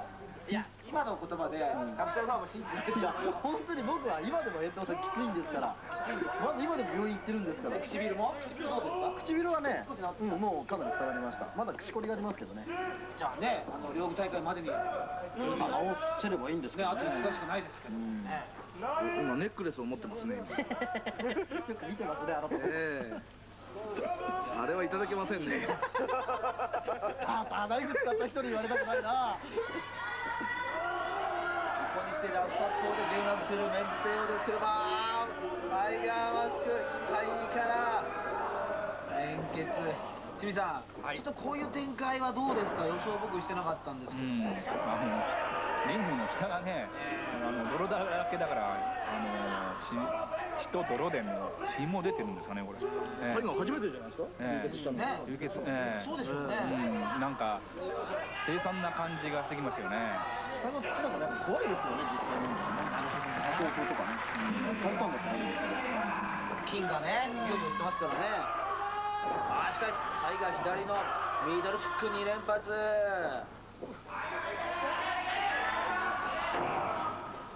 仮面を剥がされ、ファンがね、タイガーという応援をね、してますけども、腕殺し出るんでしょうか。メンズテオの右腕にエルボー腕殺しです。これ帝王もね、悲鳴を浴びてますけども、絶対にあいつはシューズにね、なんかカミソリかなんか入れてるんですよ、絶対。絶対そうですって。みんな違うの？他の選手に聞くと。だって切れたんだから。腕切れてるもの。東郷選手どうでしょうか。切れてますね。それは見りゃわかるんですけど、それはさっきの言い過ぎと同じで、ありがとうボケてくれて、確かに切れてますけど。私ないでしょ。イカメソが欲しいったって。彼ならありえますね。だからね、得てしてね、リング上でね、リング上でいいこぶってるやつはね、リング降りたら切って切れるばっかなんですから。本当にマジで。ノーコメントです、私。他に誰のこと言ってるの？いい試合だ。その右腕にですね、今ちょっとおっと、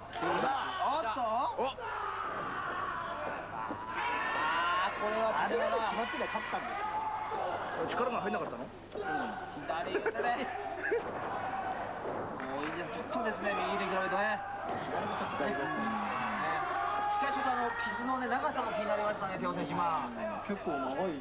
はっきり開いちゃいましたからね。うわー、これまでちょっと珍しいし、ね、両選手が出血してしまいました。UWS がミドル級ね、王座決定戦です。腕ひしぎ、逆十字型のタイガーマスク、右腕を壊しに、メンテを左足3本目のね、ロープですけども、ロープブレイク。清水さん、ここまでちょっとタイガーが反撃してきて、タイガースープレックスを見舞って、カウントしていくと、結果12分37秒、タイガースープレックスでタイガーマスク勝利ですが、結局ね、ミラクルエクサリティに行くところをですね、飛びつきで逆十字に行って、ロープへ逃げられましたけれども、すかさず、タイガースープレックスに